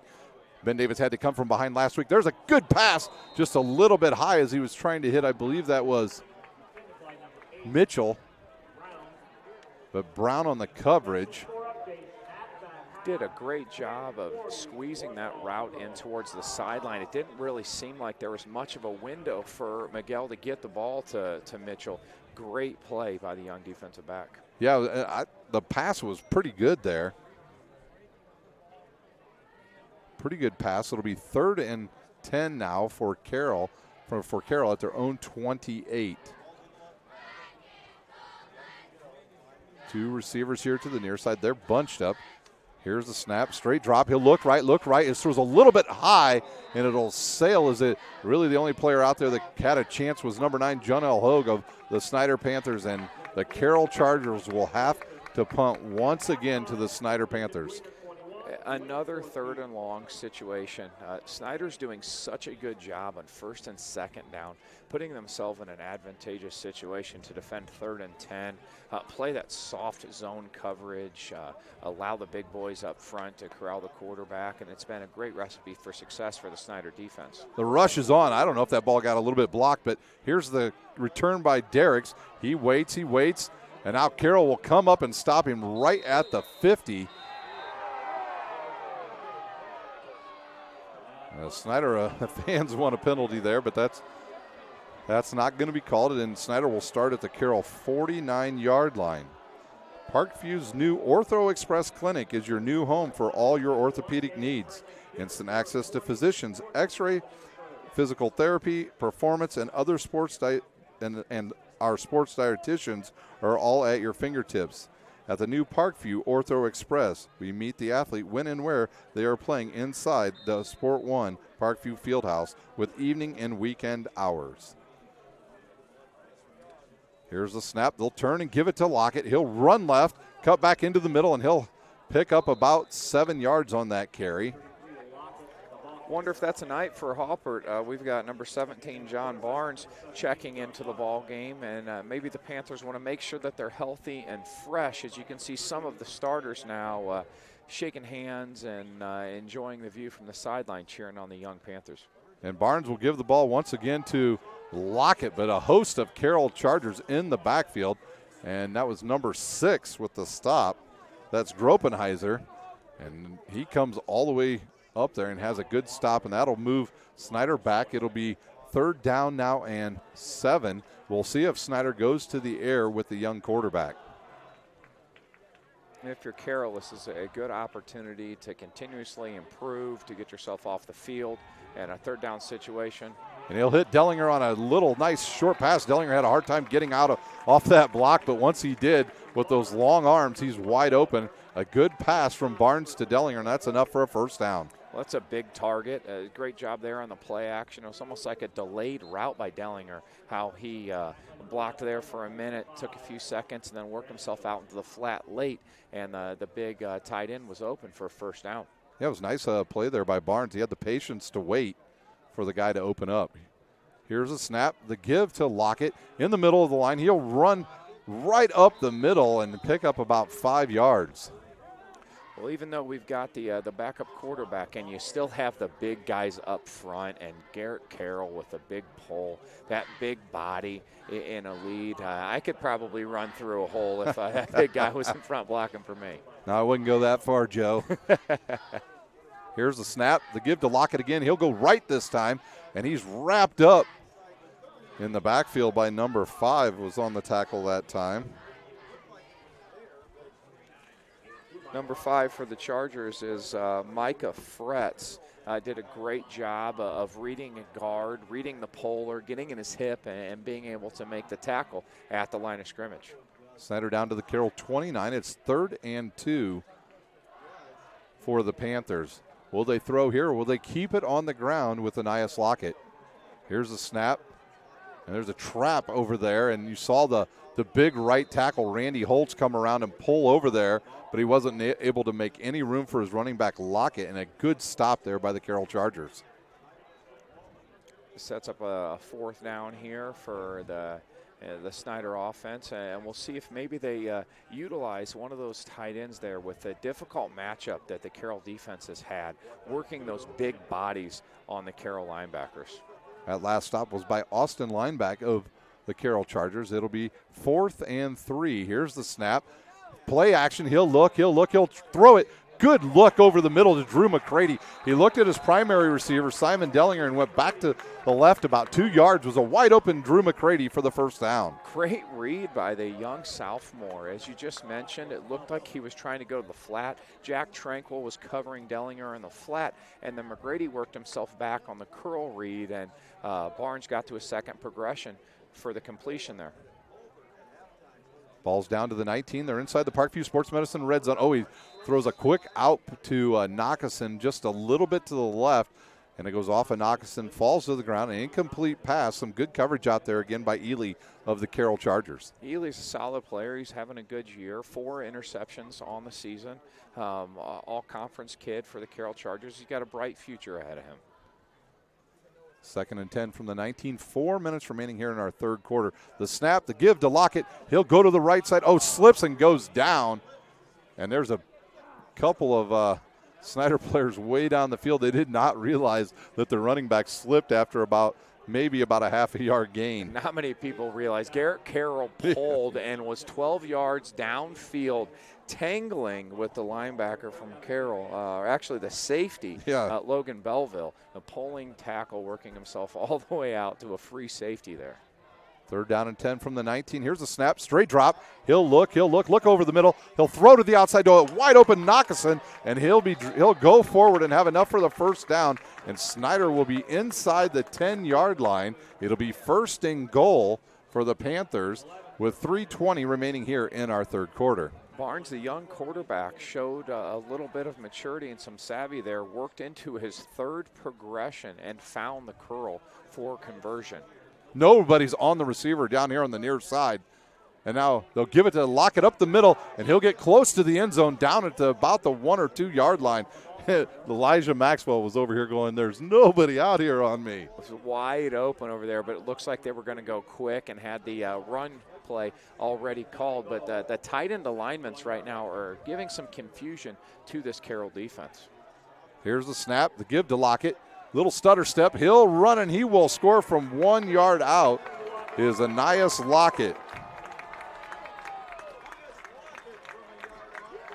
And the Panthers on the board at the 2:44 mark of our 3rd quarter. And we got some flags. I believe that was at the end of the play, wasn't it? Yeah, it looked like there was a little extracurricular activity, a little jawing, and the officials looked to have good control of it, but that's just not the way you want to play if you're up by 44 or if you're down by 44. It looks like it was called on Maxwell for a little bit of contact and maybe some jawing after the whistle. So that'll probably be, they'll take that on the kickoff, Carroll. So Snyder will kick off from their own 25-yard line after the break here and after the extra point. It's 44-0 the Panthers here with 2:44 remaining in our 3rd quarter. Now they'll line up to go over and talk to Coach Dinan on Wednesday nights here on SummitCitySports.com. You can watch live high school hockey from Camlin Ice Arena as we have doubleheader action every Wednesday night on SummitCitySports.com. And beginning this weekend, we will start live high school basketball, girls basketball that is, as tomorrow night we will have a game right here from Northrop High School as Leo will come in to take on the talented Northrop Bruins, a girls basketball team coached by Rashada Muhammad, formerly Rashada Ray, got married this summer, and now she has a really good young team here at Northrop High School. Here's the snap, low snap, good hold by McCready. The kick is up, and it is good, and the Panthers lead 45-0 here in the third quarter. And with that, we'll take a timeout. You're watching live high school championship sectional football on SummitCitySports.com. How do you design one of the most advanced ERs in the country? At Parkview, we did it by focusing all our attention on you, the patient, by involving doctors and nurses in the design process, by creating quieter, more private spaces, and by leading the region in heart, stroke, and trauma care. This is not your typical emergency room. It's Parkview. In an emergency, isn't this where you'd rather be? Parkview, your partner in health.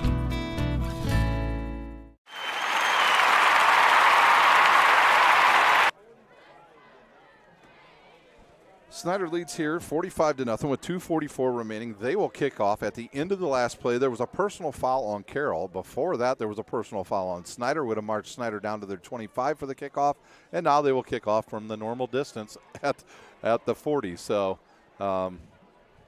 right where they lots of emotion there. Yep. I mean, you're in a situation where if you're Snyder, you're elated, you're blowing out a team to potentially win a sectional championship. If you're Carroll, you're holding on for dear life. You're a career as a senior may be over. You're trying to prove your keep as a young player, and emotions got out of hand there, and there was a lot of extracurricular activity, and I'm sure some choice words said there on both ends after the Panther touchdown. They'll hand the ball to Jack James. He's ready to kick off. It looked like he was trying to find somewhere where there might be some good footing. As you saw him walk around right there at the 40-yard line. He'll kick from the right hash. And we'll see if it's Cam Shank back there to return again. Last time he got hit pretty hard by a couple Snyder players. And now we are ready to go. They'll blow the whistle, and we are ready to go once again here at the sectional championship at Northrop High School. Here's the run up, the kick. It's going to be a short one this time. Come down around the 16 to Shank. He'll run up the middle and get out over the 30. Looks like they'll mark him down at the 30. So Austin France, excellent tackle on the play, showed his athleticism there. The speedy linebacker, Western Michigan commit, showed his athleticism there, sprinting down the field, getting off a block and making a solid tackle. And now Snyder having some new players in there on defense on that defensive line.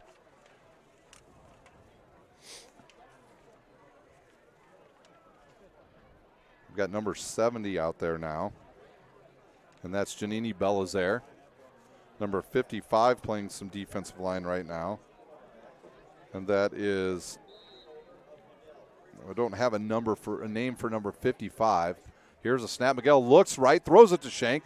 Some green space out there. He'll run, and he'll be taken down by Dalston Duff of the Snyder Panthers. So the Snyder Panthers putting a host of different defensive players in there now. There's also in on the tackle, Calvin Spencer, number 43, and number 55, the defensive end subbed into the ball game, Isaiah Green, a 6 foot, 185-pound senior. Actually, Isaiah Green led the team in sacks for the majority of the season with 4. He had 3 in the first game against Northside. A quick throw to the outside to Mitchell's out of his reach and goes into the bench of the Carroll Chargers. Miguel tried to hit Mitchell down the right side and goes out of bounds. 2:03 remains. It'll be 3rd and 4 from the 37.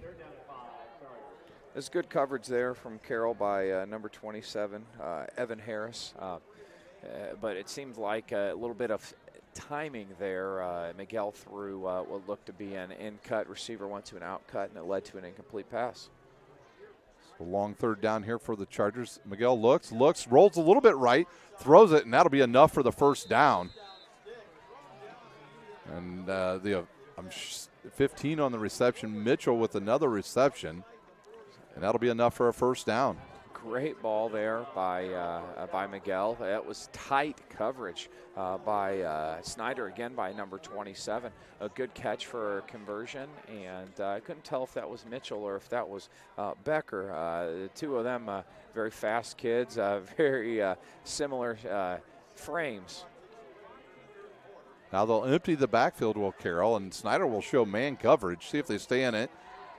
They will. No, he'll take a shot deep. Throws it over the middle and looking for his wide receiver, number 24. Actually, that was Shank out of the backfield.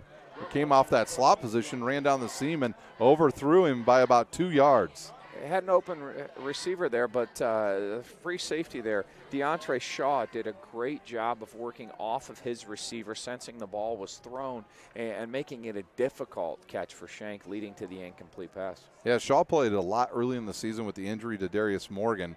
And Morgan just now getting back from a knee injury and playing a little bit more time for the Panthers. But Shaw with good coverage that time. Shank will be in the backfield with Miguel. He'll look to his left. Quick throw to the outside to Justin Becker. Tries to get to the outside, but just runs out of real estate and goes out of bounds at his own 45-yard line. And it'll be a 4th down and 6 for the Carroll Chargers. And this is 4-down territory. The clock down to 1:25 here in our third quarter. Great job by the young Snyder defense. Ball went out to the elusive Becker, the speedy athlete who's committed to Purdue to run track and field. Maybe one of the fastest players on the field, maybe one of the fastest kids in the state of Indiana. Yeah, he's ultra quick, and man, he can really run after he catches the ball. He'll roll right, keep rolling, throw it on the run. He'll find Becker out there. Justin Becker comes across the field and makes the catch, and it's enough for a Carroll first down. Well, the Snyder defense had been doing a good job of penetrating the defensive line, and Carroll went to a rollout there, which negated the pass rush, allowed Miguel to get out of the pocket, and he found his favorite target, Becker, there for first down. First down and 10 now from the Snyder 48-yard line. Here's a snap, straight drop, throws to his right. He's got his receiver out there. That's a great catch. Great catch over there. I think that was Mitchell. Or is that Mitchell? If that was number 15, that is Mitchell. I can't tell. It looks like Mitchell's standing there. Might be John. Yeah, it might be John Becker, because I think I saw 15. I think he landed on the ball over there, but it was enough for a first down. The trainer's over to attend to the injured Carroll player. Let's hope he's okay. That was a great catch. Great catch there by the sideline. Don't know if he came down on his head or if he came down on his back or what, but he's definitely getting a lot of attention over there on the sidelines. And it looks like he's sitting up already. It's Gavin Vaught, I believe, number 11. Oh, Gavin Vaught. Gavin Vaught. Good for him to come up with a big catch. He had a couple of big drops in the first half. It's nice to see a player as good as him come up and make a big play. A guy that's going to be a leader for Carroll this offseason, and a guy that potentially could be their quarterback this next year with Miguel graduating. So he gets up. He's off the field as Gavin Vaught. And the score update just came in from the South region. It's Carmel leading 24-8 over Lafayette Jeff. So looks like it could be a Snyder Carroll or Snyder Carmel regional right here at Spooler Stadium next Friday night. In motion is Becker. He'll motion and go back to the right. Miguel looks, fires a good throw right over the middle to his receiver, and he'll slide down at the Snyder 20. Mitchell on the catch for the Carroll Chargers, a pickup of 16 yards, and now Carroll's pass offense coming alive. It's a great job utilizing Becker in motion there. They moved him to his right, moved him back to his left, stacked the receivers, and there was a little bit of confusion there in the Panther secondary for a completion. There's a high snap. Good catch by Miguel. He'll look to run. He'll take off, and he is dragged down after a pickup of about 2 yards. There's Isaiah Green there pursuing and making the stop, and we see another sub there for the Snyder Panthers, and they just seem to have depth at all positions on offense and defense, and still seem to be playing strong as we get late into this third quarter. Yeah, the one thing they have this year, and you mentioned it, is depth. They don't want to lose players, but when Morgan was hurt, guys stepped in and played. And here's a quick throw to the outside, a good catch out there, and that'll be enough for a first down for the Carroll. That was Justin Becker on the reception.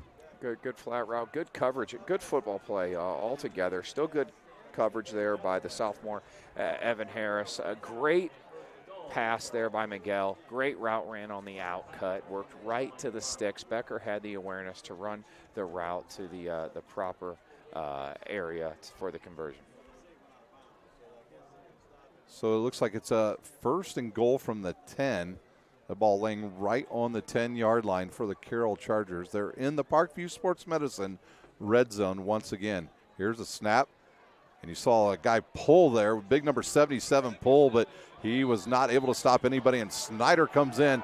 Oh, and they're going to call a penalty at the end of the play on the Snyder Panthers for unnecessary roughness, and that will be a half a distance to the goal penalty for Carroll Chargers. Coach Tittman and Coach Fales and the defensive staff cannot be happy about that one. It's getting very chippy right now, and it looks like right now Coach is going and addressing the issue as we move into the fourth quarter.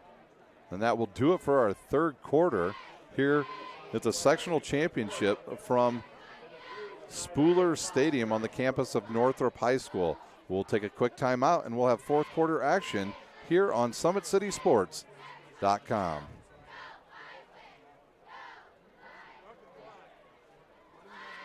There's Ryan looking to center into the slot to Esther, but broken up by Scott. He shoots, hits, guard! Now the sticks are up. And now this is bad news. Everyone going at it down here in the corner.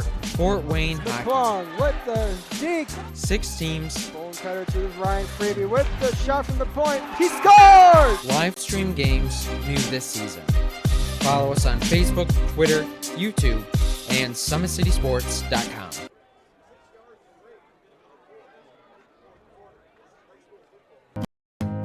Beautiful baby, you're sweeter than strawberry pie. Just like the morning, your smile brings the sunshine. The Parkview Family Birthing Centers, with everything you need for baby, plus birth planners, expert physicians, midwives, and more for you. I'm a Parkview mom. You can be too. Learn more at parkviewmom.com.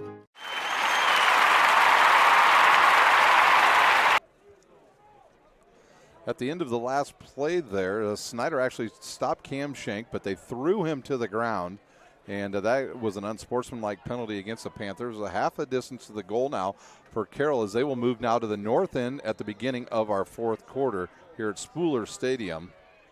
There's a snap. McGow looks. Now he rolls right, throws, got a receiver open, and does he catch it? He does, and that is Mitchell on the catch. We'll see what the flag is. I think it was pass interference against the Snyder Panthers. Is that Mitchell or is that number 15, Jonathan Becker? Number 15, John Becker? Yep. Yep. So the Carroll Chargers on the board for the first time tonight. Miguel to Becker for 6 yards with 11:54 on the clock. So Carroll on the board. That was a nice play. Great play by Becker. Good hands, good route. Got out of the hold as well as the holding penalty was declined, and giving Carroll their first score of the night. Vote will hold. Here's the kick. It's up, and it is good. With 11:54 remaining here in our fourth quarter, it's 45-7, the Snyder Panthers. We'll take a timeout. You're watching live high school sectional championship action on SummitCitySports.com. There's Ryan looking to center into the slot to Esther, but broken up by Scott. He shoots, hits, guard! Now the sticks are up. And now this is bad news. Everyone going at it down here in the corner. Fort Wayne Hockey. Plong with the deke. 6 teams. Bone cutter to Ryan Freeby with the shot from the point. He scores! Live stream games new this season. Follow us on Facebook, Twitter, YouTube, and SummitCitySports.com. We're back here at Spooler Stadium. Carroll on the board for the first time tonight. Snyder leads 45-7. We'll go to my color guy tonight. He has some score updates from around the area. It looks like Dwenger is pulling away from Wayne. They're up 28-14. That one's midway through the third quarter, and Dwenger is driving. Right now on 4th and goal, Ty Hambert runs for a 1-yard touchdown, giving Lures a 20-7 lead over Concordia with 5:45 left in the third quarter. And there's a short kick picked up by the up back. He'll run to the right, break through into the open area over there and get it out over the 35. And I know you did some scores, but I heard a score update right when you went into a score update. And Warren Central now leads Ben Davis 22-21. So Ben Davis now within striking distance against the Warren Central. Big rivalry game for those two teams down in Indianapolis. It seems like 1 year it's a Warren Central year, the other year is a Ben Davis year, and the two go neck and neck. It will be exciting to see down the stretch as to who pulls it out and still has the opportunity to work themselves to the ultimate goal of getting to Lucas Oil Stadium Thanksgiving weekend. And Snyder will keep the majority of their offensive line in. They'll have an offset back. Here's the snap, the give. I believe that was to Lockett, and not much there for Lockett as he picks up about 1 yard as he runs right into the back of one of his own guys, and then a couple players right there for Carroll. I think it was 32 with the stop. That's a great job there, getting a stop on first down, forcing a second and long for Carroll. And it looks like Snyder's going to milk the clock a little bit, and Barnes looks to be snapping the football with just a few seconds left on the play clock. Under center this time, he'll turn, give the ball. That was kind of an awkward looking play from the beginning. Interesting timing there. It's like Barnes got too deep too quickly, had to wait to get the ball to Lockett. It allowed the linebackers to pursue, and it looked like Tranquil made a nice tackle, setting up a third and long. Well, Snyder drummers go right in front of us. And now Snyder with a third and long. It'll be 3rd and 19 from their own 39. Here's the snap. He'll look, throw to the outside. Oh, and they jumped the route. Oh, Ely jumped the route, but holy cow. That was number 85. Alonzo Derricks takes the ball away from Ely, rips it out of his hands, and almost picks up the first down. And the officials are going to have to measure. I thought for sure Ely jumped it. He had perfect timing. And the ball went right through him. He anticipated the cut. He jumped on the ball, got there right away, got his hands on it, just couldn't quite corral it. And hats off to Derek for playing the entire rep, and Ely dropped it. Ended up becoming a completion. Now we're looking at 4th and short for the Panthers. Back to kick will be Jack James. So the big question here in the press box at halftime was, will the Panthers punt? The answer is yes.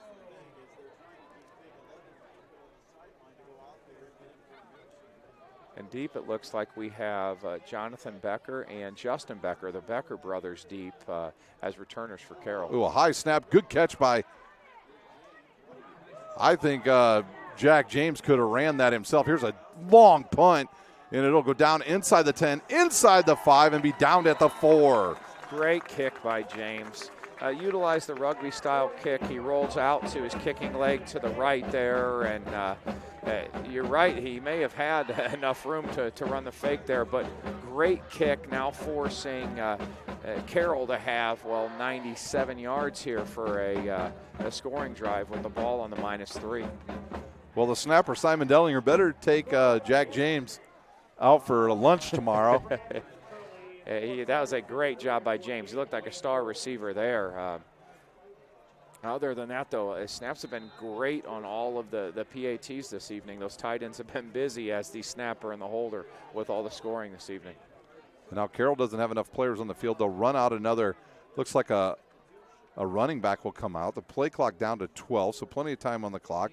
Jack McGill gives him the the sign, and Miguel will run it. He'll run to his right, break through the line of scrimmage, and have enough for a first down, and he'll have it out to about the 15-yard line. Designed run there for Miguel. This is one of those fullback personnel packages where Carroll subbed in Brock Ingram as a tailback by position, but went back there to be a blocking fullback for Miguel on the quarterback draw.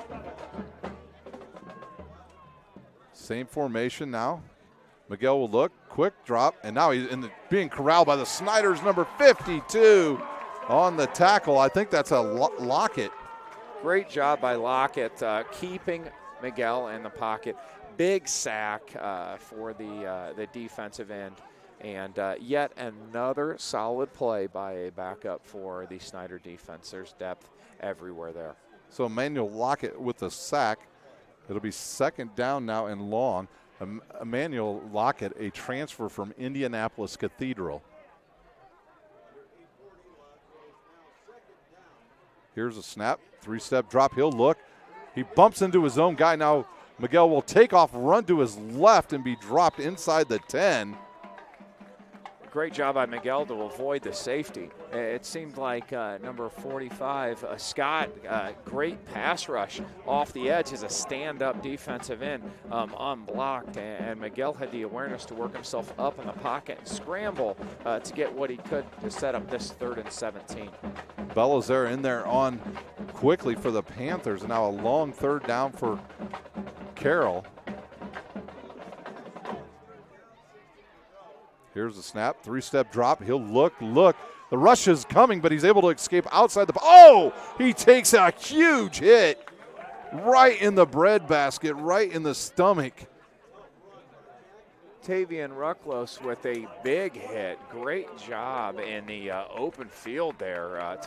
Big hit on Miguel, and another 3rd down stop. Whereas last week's story for the Panthers was the red zone defense, I think the defensive story this week is how many 3rd and longs that Panther defense has forced Carroll into. It's difficult to call plays when you're facing 3rd and 11s, 12s, and 13s.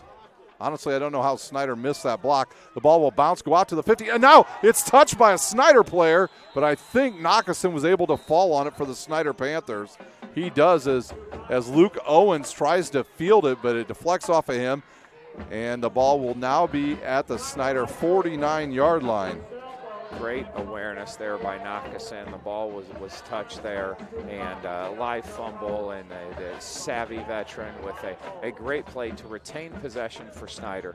And if you're the Panthers, you want to finish this game on a strong note as you want to continuously get better each week in the playoffs, as it looks like they're projecting to have a home matchup next week with the Carmel Greyhounds. Look out now, Lenny Bennett's in the backfield for the Snyder Panthers. He is fast. There's a good move. He'll go right and back into the middle. He likes to run up in the middle. He's a very slender. He needs to come over to my house and eat some cheeseburgers or something and put some weight on as a running back. But he had a 56-yard touchdown run in the last game against Carroll.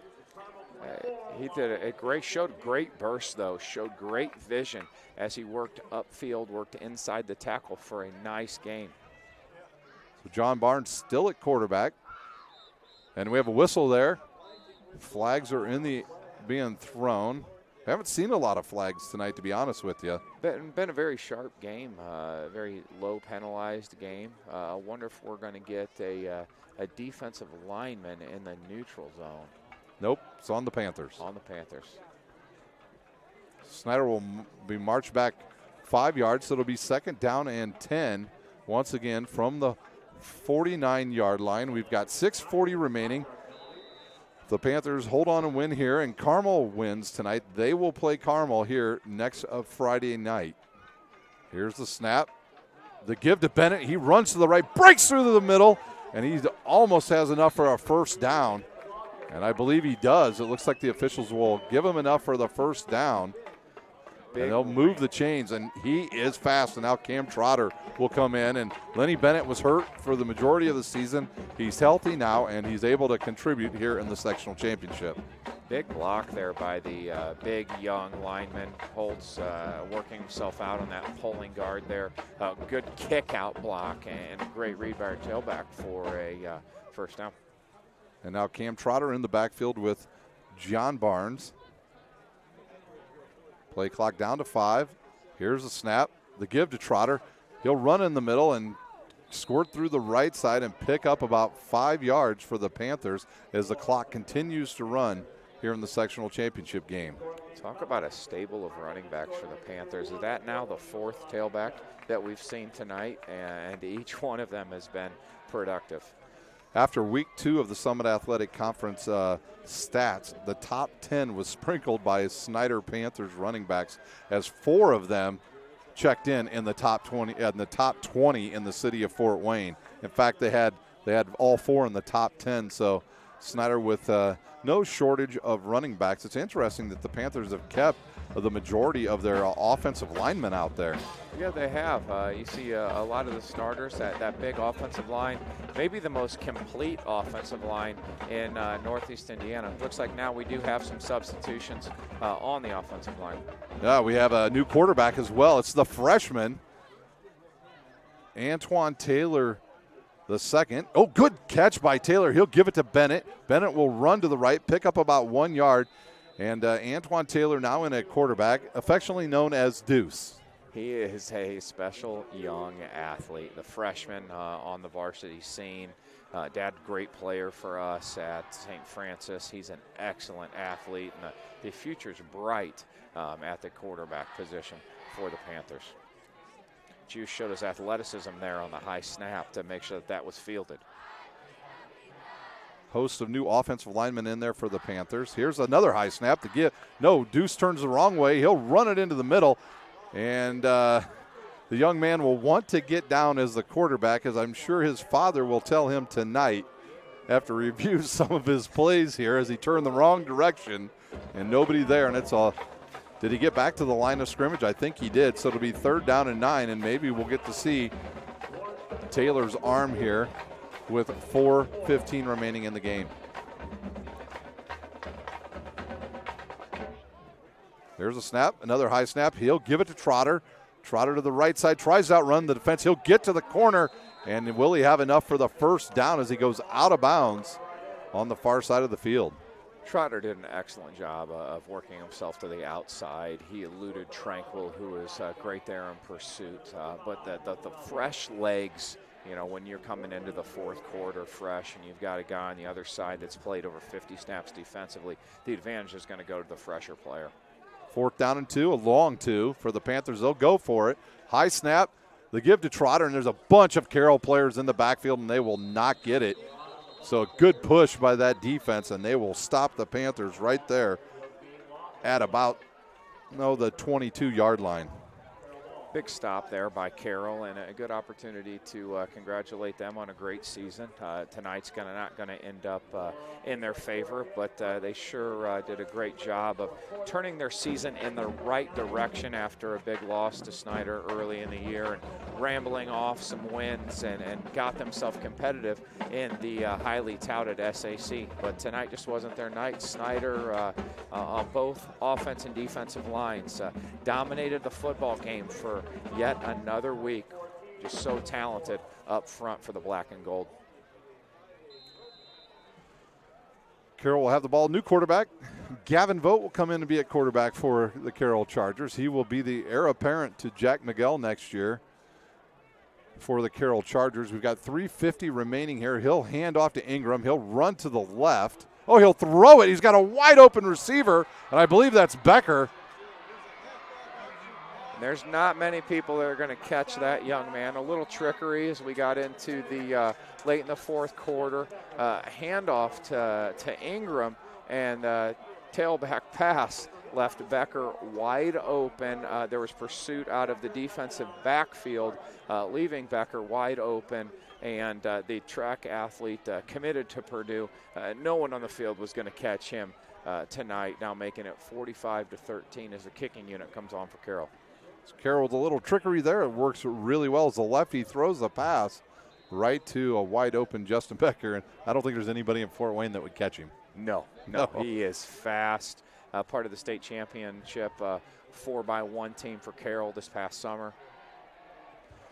There's the extra point try. It's up and it is good. So an 81-yard touchdown pass to Becker.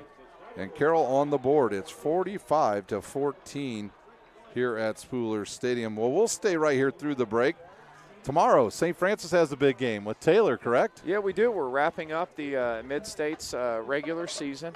It's our senior day. We'll honor some players that have had excellent careers, and we're looking to finish the regular season on a high note and hopefully secure the #1 seed and home field advantage as we look to move into playoff play.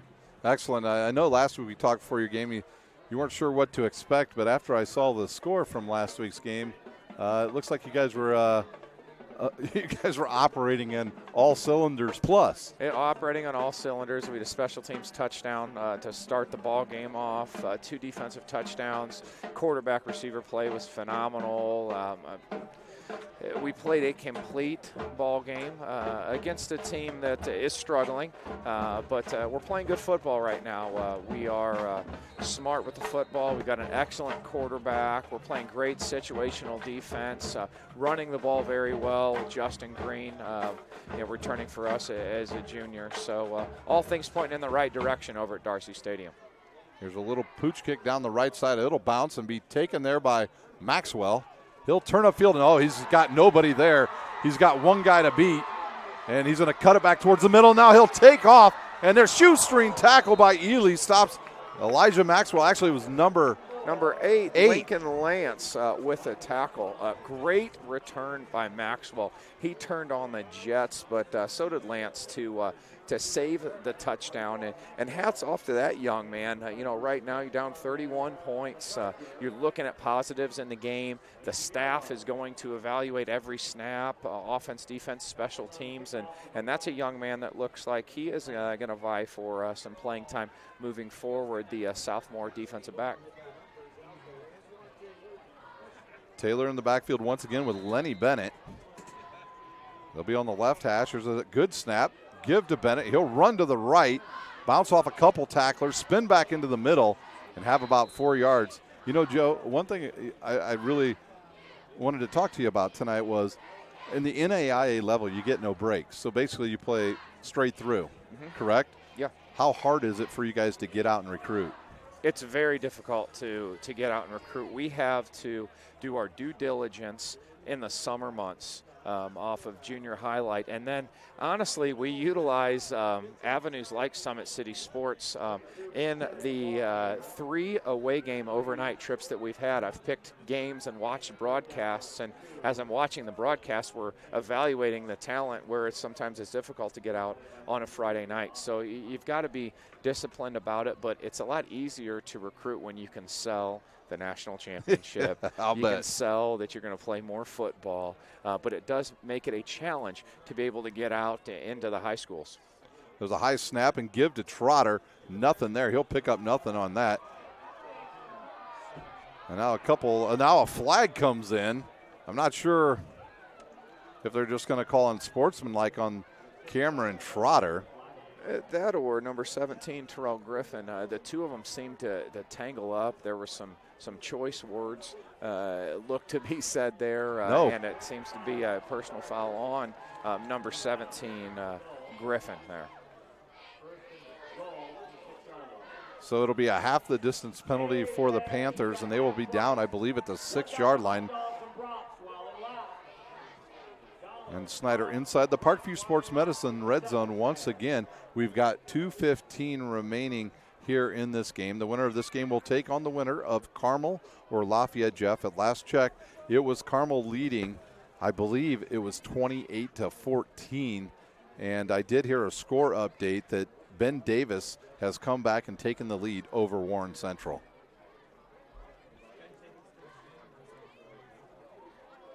Taylor in the backfield once again with Lenny Bennett. It'll be 1st and goal for the Snyder Panthers. And now Coach Dynan's asking for one of the officials, the head official, to come over and explain how that was a personal foul on his player, Terrell. Trying to get some clarity to see what had happened there. Maybe he thinks the penalty could have gone both ways. trying to get some clarification and showing the boys that he is coaching every single snap, regardless of the score, not the outcome they were looking for this evening. But hats off to them for fighting for a full 48 minutes. Yeah, absolutely. I think maybe Coach Dinan's asked, did you call that on the wrong team? That may be what he was asking. And now the officials have talked it over, and that official, if he's wearing a Fitbit, he's putting some extra mileages on those legs as he has run from one side of the field back to the other side to talk to Coach Dinan here after he got the explanation.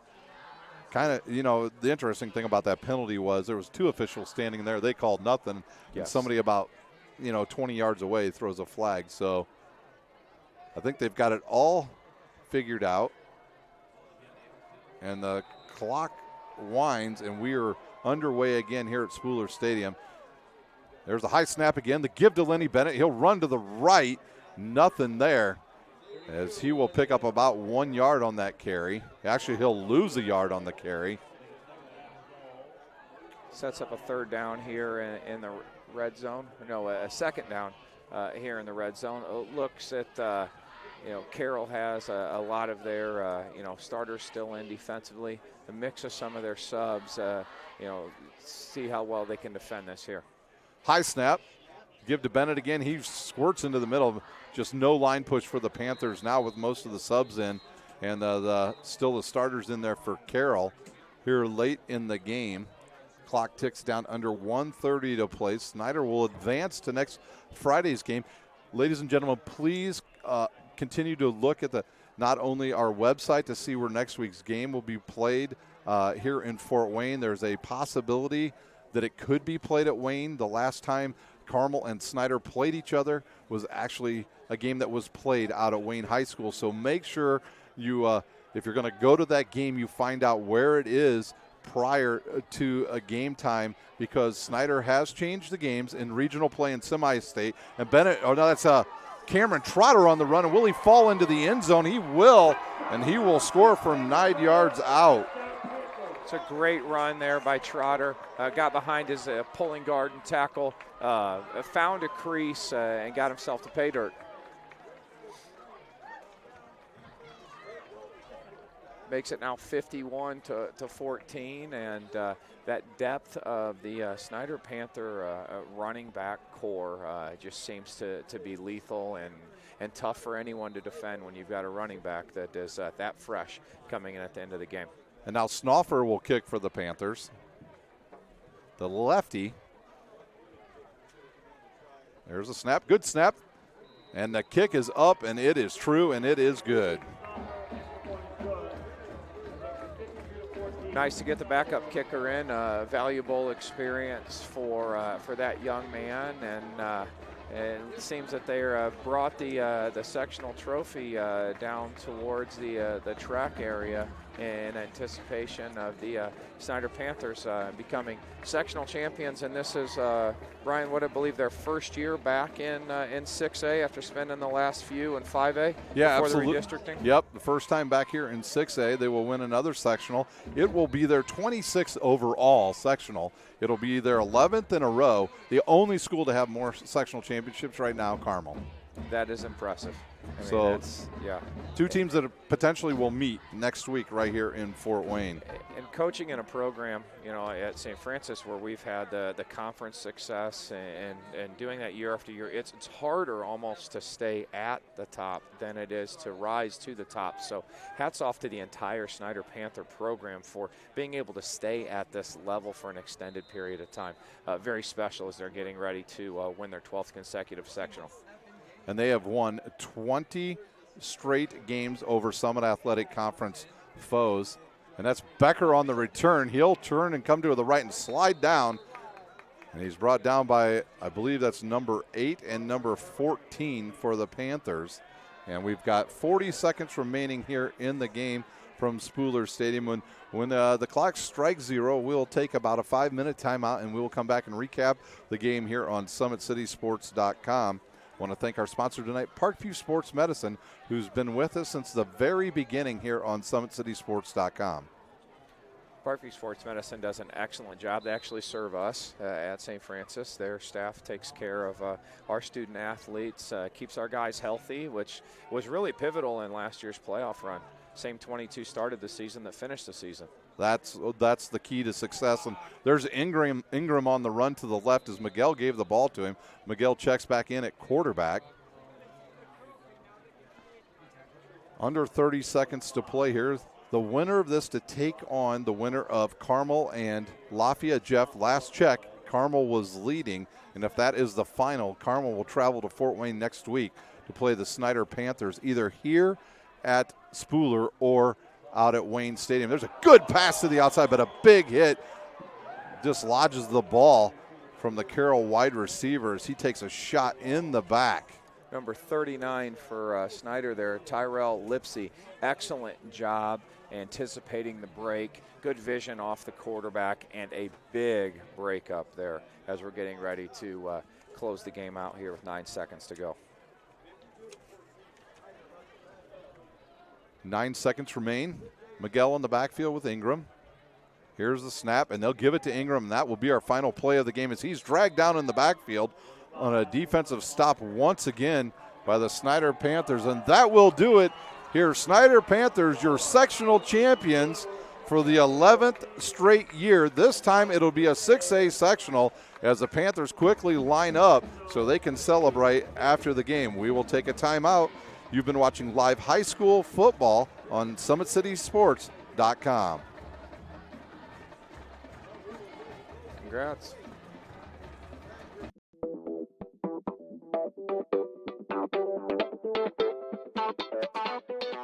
Pilates Therapy is using the Pilates technique in a therapeutic way.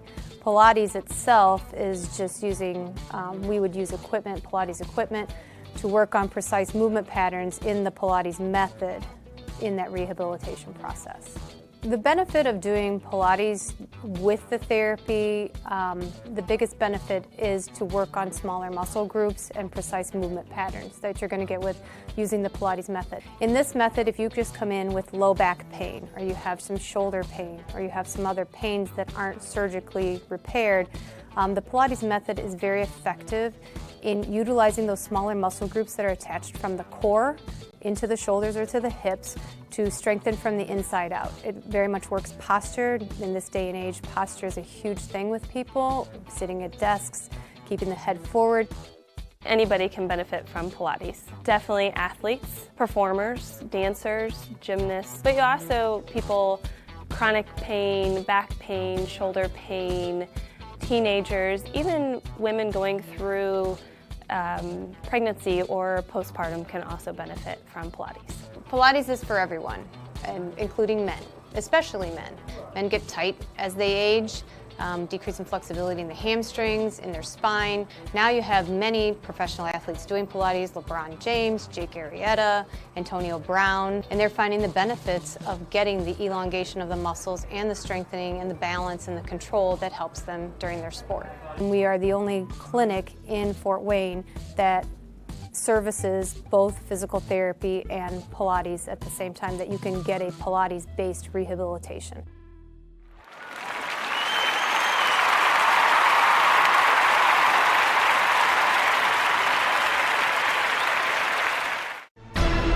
Thank you for supporting Summit City Sports. For the last several years, we've provided the Fort Wayne community and beyond with coverage of a variety of sports, thanks to our title sponsorship from Parkview Sports Medicine. Since we began in 2015, our annual budget has covered the cost of videographers and commentators to over 300 plus games each year. New equipment and maintenance of that equipment, along with increased broadcast rights fees from the IHSAA. This season, we're reaching out to friends, families, and local businesses for additional sponsorships and donations. You can help us grow and get coverage to your favorite team or sport. A Summit City Sports sponsorship or donation will help make that happen. We have the goal of bringing fans live stream games of every SAC game we cover.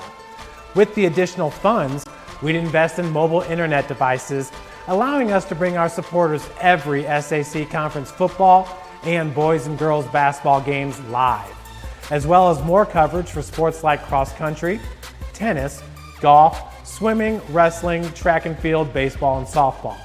For more information on sponsorships or how to donate, visit SummitCitySports.com.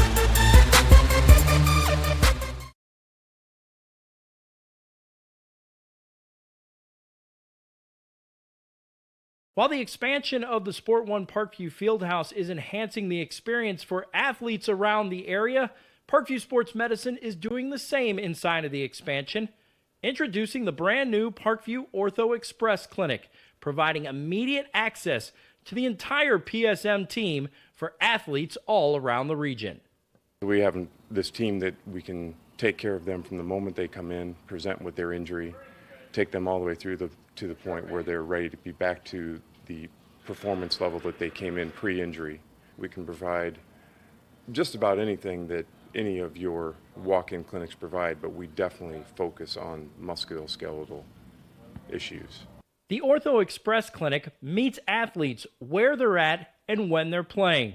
The entire PSM team will be at an athlete's fingertips. Additionally, the clinic houses the region's only DEXA body composition assessment and a sports dietitian who can work with athletes on their dietary needs. Some athletes, it might be a difference in their starting position. They might see a number and say, wow, I had no idea that was my body composition. How can I change this? And sometimes just seeing numbers is more motivating than just talking about, maybe their calorie amount that they're taking in. The advantage to having an Ortho Express clinic is the diversity of the hours. So people who have non-traditional work schedules should be able to get in. I think having athlete access on the athletic trainer side in the trenches, so to speak, and having them be able to get a hold of us or maybe send us a note and saying, hey, this patient's coming in, this is what I'm worried about, and gives us a heads up. Whether it's the use of treatment tables, the radiology room, cold whirlpool tank, or the traditional exam room, the Ortho Express Clinic gives patients a seamless experience all under one roof. This is the type of facility you see in professional and in high-level Division I athletics where you have everything right in one place. So if an athlete gets hurt playing basketball or volleyball on the other side, within the same facility they can get their physical therapy or an x-ray if needed just to rule out a fracture. That's stuff you hear about in the NFL, stuff you hear about at high-level colleges where kids just went downstairs and got an x-ray at halftime. We can actually do that in-house now. So it makes us kind of a state-of-the-art, unique facility.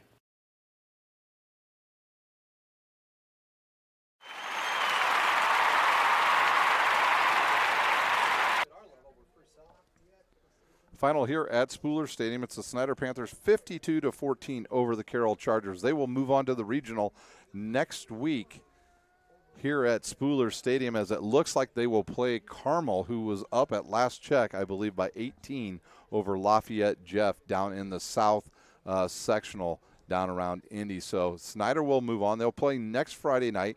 Remember, make sure you check before you go to the game to make sure that game is either here at Spooler or possibly out at Wayne Stadium next week. So Snyder moves on 52-14 over Carroll tonight. Snyder got on the board at the 7-minute mark when Hopper hit David Knockason on a 69-yard touchdown pass that capped a 76-yard drive. The extra point was good. The Panthers lead 7-0 over Carroll, and then with just no time remaining in the first quarter, it was Hopper to Knockason again from 65 yards out. The extra point was good. 14-0 Snyder at this point. And then at 10:43 mark, it was Hopper from 12 yards out after a good punt return by Ethan Hoover. He scores on a one-play drive, 12 yards out. The extra point good. The Panthers lead 21-0 at this point. Then at the 5:55 mark, Jack James kicks a 35-yard field goal for the Panthers. That caps a 53-yard drive. The score 24-0 all Panthers at that point. And then with just 1:10 remaining in the first half, it was Snyder again on the board when Michael Hoppert hit one of his big tight ends. He hit Simon Dellinger from 6 yards out. The extra point was good. The Panthers in total control at halftime, 31-0 over Carroll. And then at the 7:38 mark of the third quarter, it was Hoppert to Drew McCready from 8 yards out. Capped an 88-yard drive. The Panthers lead 38-0 at this point. Then Anias Lockett at the 2:44 mark for the Snyder Panthers scores from 1 yard out. The capped a 51-yard drive. The extra point was good again by Jack James, and the score 45-0 Snyder at this point. And then Carroll gets on the board at the 11:54 mark when Miguel hits John Becker on a 10-yard pass play. That capped a 70-yard drive. And the extra point was good, 45-7 Snyder at this point. And then at the 3:30 mark of the fourth quarter, it was Ingram on a halfback pass to Justin Becker this time for an 81-yard touchdown pass. The extra point was good, 45-14 Snyder at this point. Then with just 48 seconds remaining, it was Cam Trotter for the Snyder Panthers scoring from 9 yards out. That capped a 19-yard drive. The extra point was good by Snoffer, the new kicker. And that was our final score, 52-14. So Carroll season will end. They were 7-4. They were the preseason pick to win the Summit Athletic Conference. Things didn't go right early in the season for him. They lost 2 quick ones to Snyder and Lures, but they righted the ship and had a good second half of the season. Their lone loss coming to Homestead with the third to last week of the season. And then tonight they advanced to the sectional championship game, beating Northrop. And unfortunately, they ran into the juggernaut known as the Snyder Panthers. Snyder's playing very good football right now on all 3 phases of the game. Offense, defense, special teams clicking on all cylinders, but it really boils down to the guys in the box right now. The offense and defensive lines for the Snyder Panthers are controlling games, whether that's controlling games like we saw last week in the red zone for sacks and big plays, or like we saw tonight, controlling the line of scrimmage with not 1, 2, 3, but 4 tailbacks being very productive tonight. But that defensive line up front holding Carroll to a very minimal amount of rushing yards and forcing Carroll into countless 3rd and 10s, 11s, and 12s. They right now are on a different level right now on the line of scrimmage than anybody else in Fort Wayne. Yeah, and they've proved it 2 weekends in a row, only giving up 7 points in their 2 games in sectional play. And they would advance to play I was going to assume it's going to be Carmel next week right here in Fort Wayne at either at Spooler Stadium or out at Wayne High School. So the Panthers victorious, and a few other scores from around the area. We know that Bishop Lures was victorious, so congratulations to the Knights as they will move on to regional play next week. Angola. Okay, yeah, Angola. How about that? Champs, undefeated, beat Culver 14-10. They're having an excellent year. We had them in our summer camp, and they seemed to have a solid quarterback, solid defense, and came out of nowhere to win a sectional. Good for those guys up north. Yeah, some really good athletes up there at Angola right now. And another one, Southwood over Adams Central tonight, so the Jets season will come to an end. We're not sure of the Woodland score just yet. Dwenger, we know, was up big on Wayne, and they will move on next week and play in regional play. So that will do it here from Spooler Stadium. It was the Snyder Panthers 52-14. I want to wish my color man good luck tomorrow. As you will play Taylor tomorrow, and if you win tomorrow, you'll finish undefeated and the #1 ranked team in the country. We're looking to get it done. Thank you very much. I've enjoyed the night with you, and I'm going to get some rest and try to get a W tomorrow morning. Absolutely. Don't forget, tomorrow here on SummitCitySports.com, we will have girls basketball for you right here at Northrop High School. It will be Leo playing the Northrop Bruins. That will do it here from Spooler Stadium. Snyder Panthers 52, Carroll 14. For my colorman John Didier and my cameraman Big Pat, I'm Ryan Dellinger, and you've been watching a special presentation of high school football on SummitCitySports.com.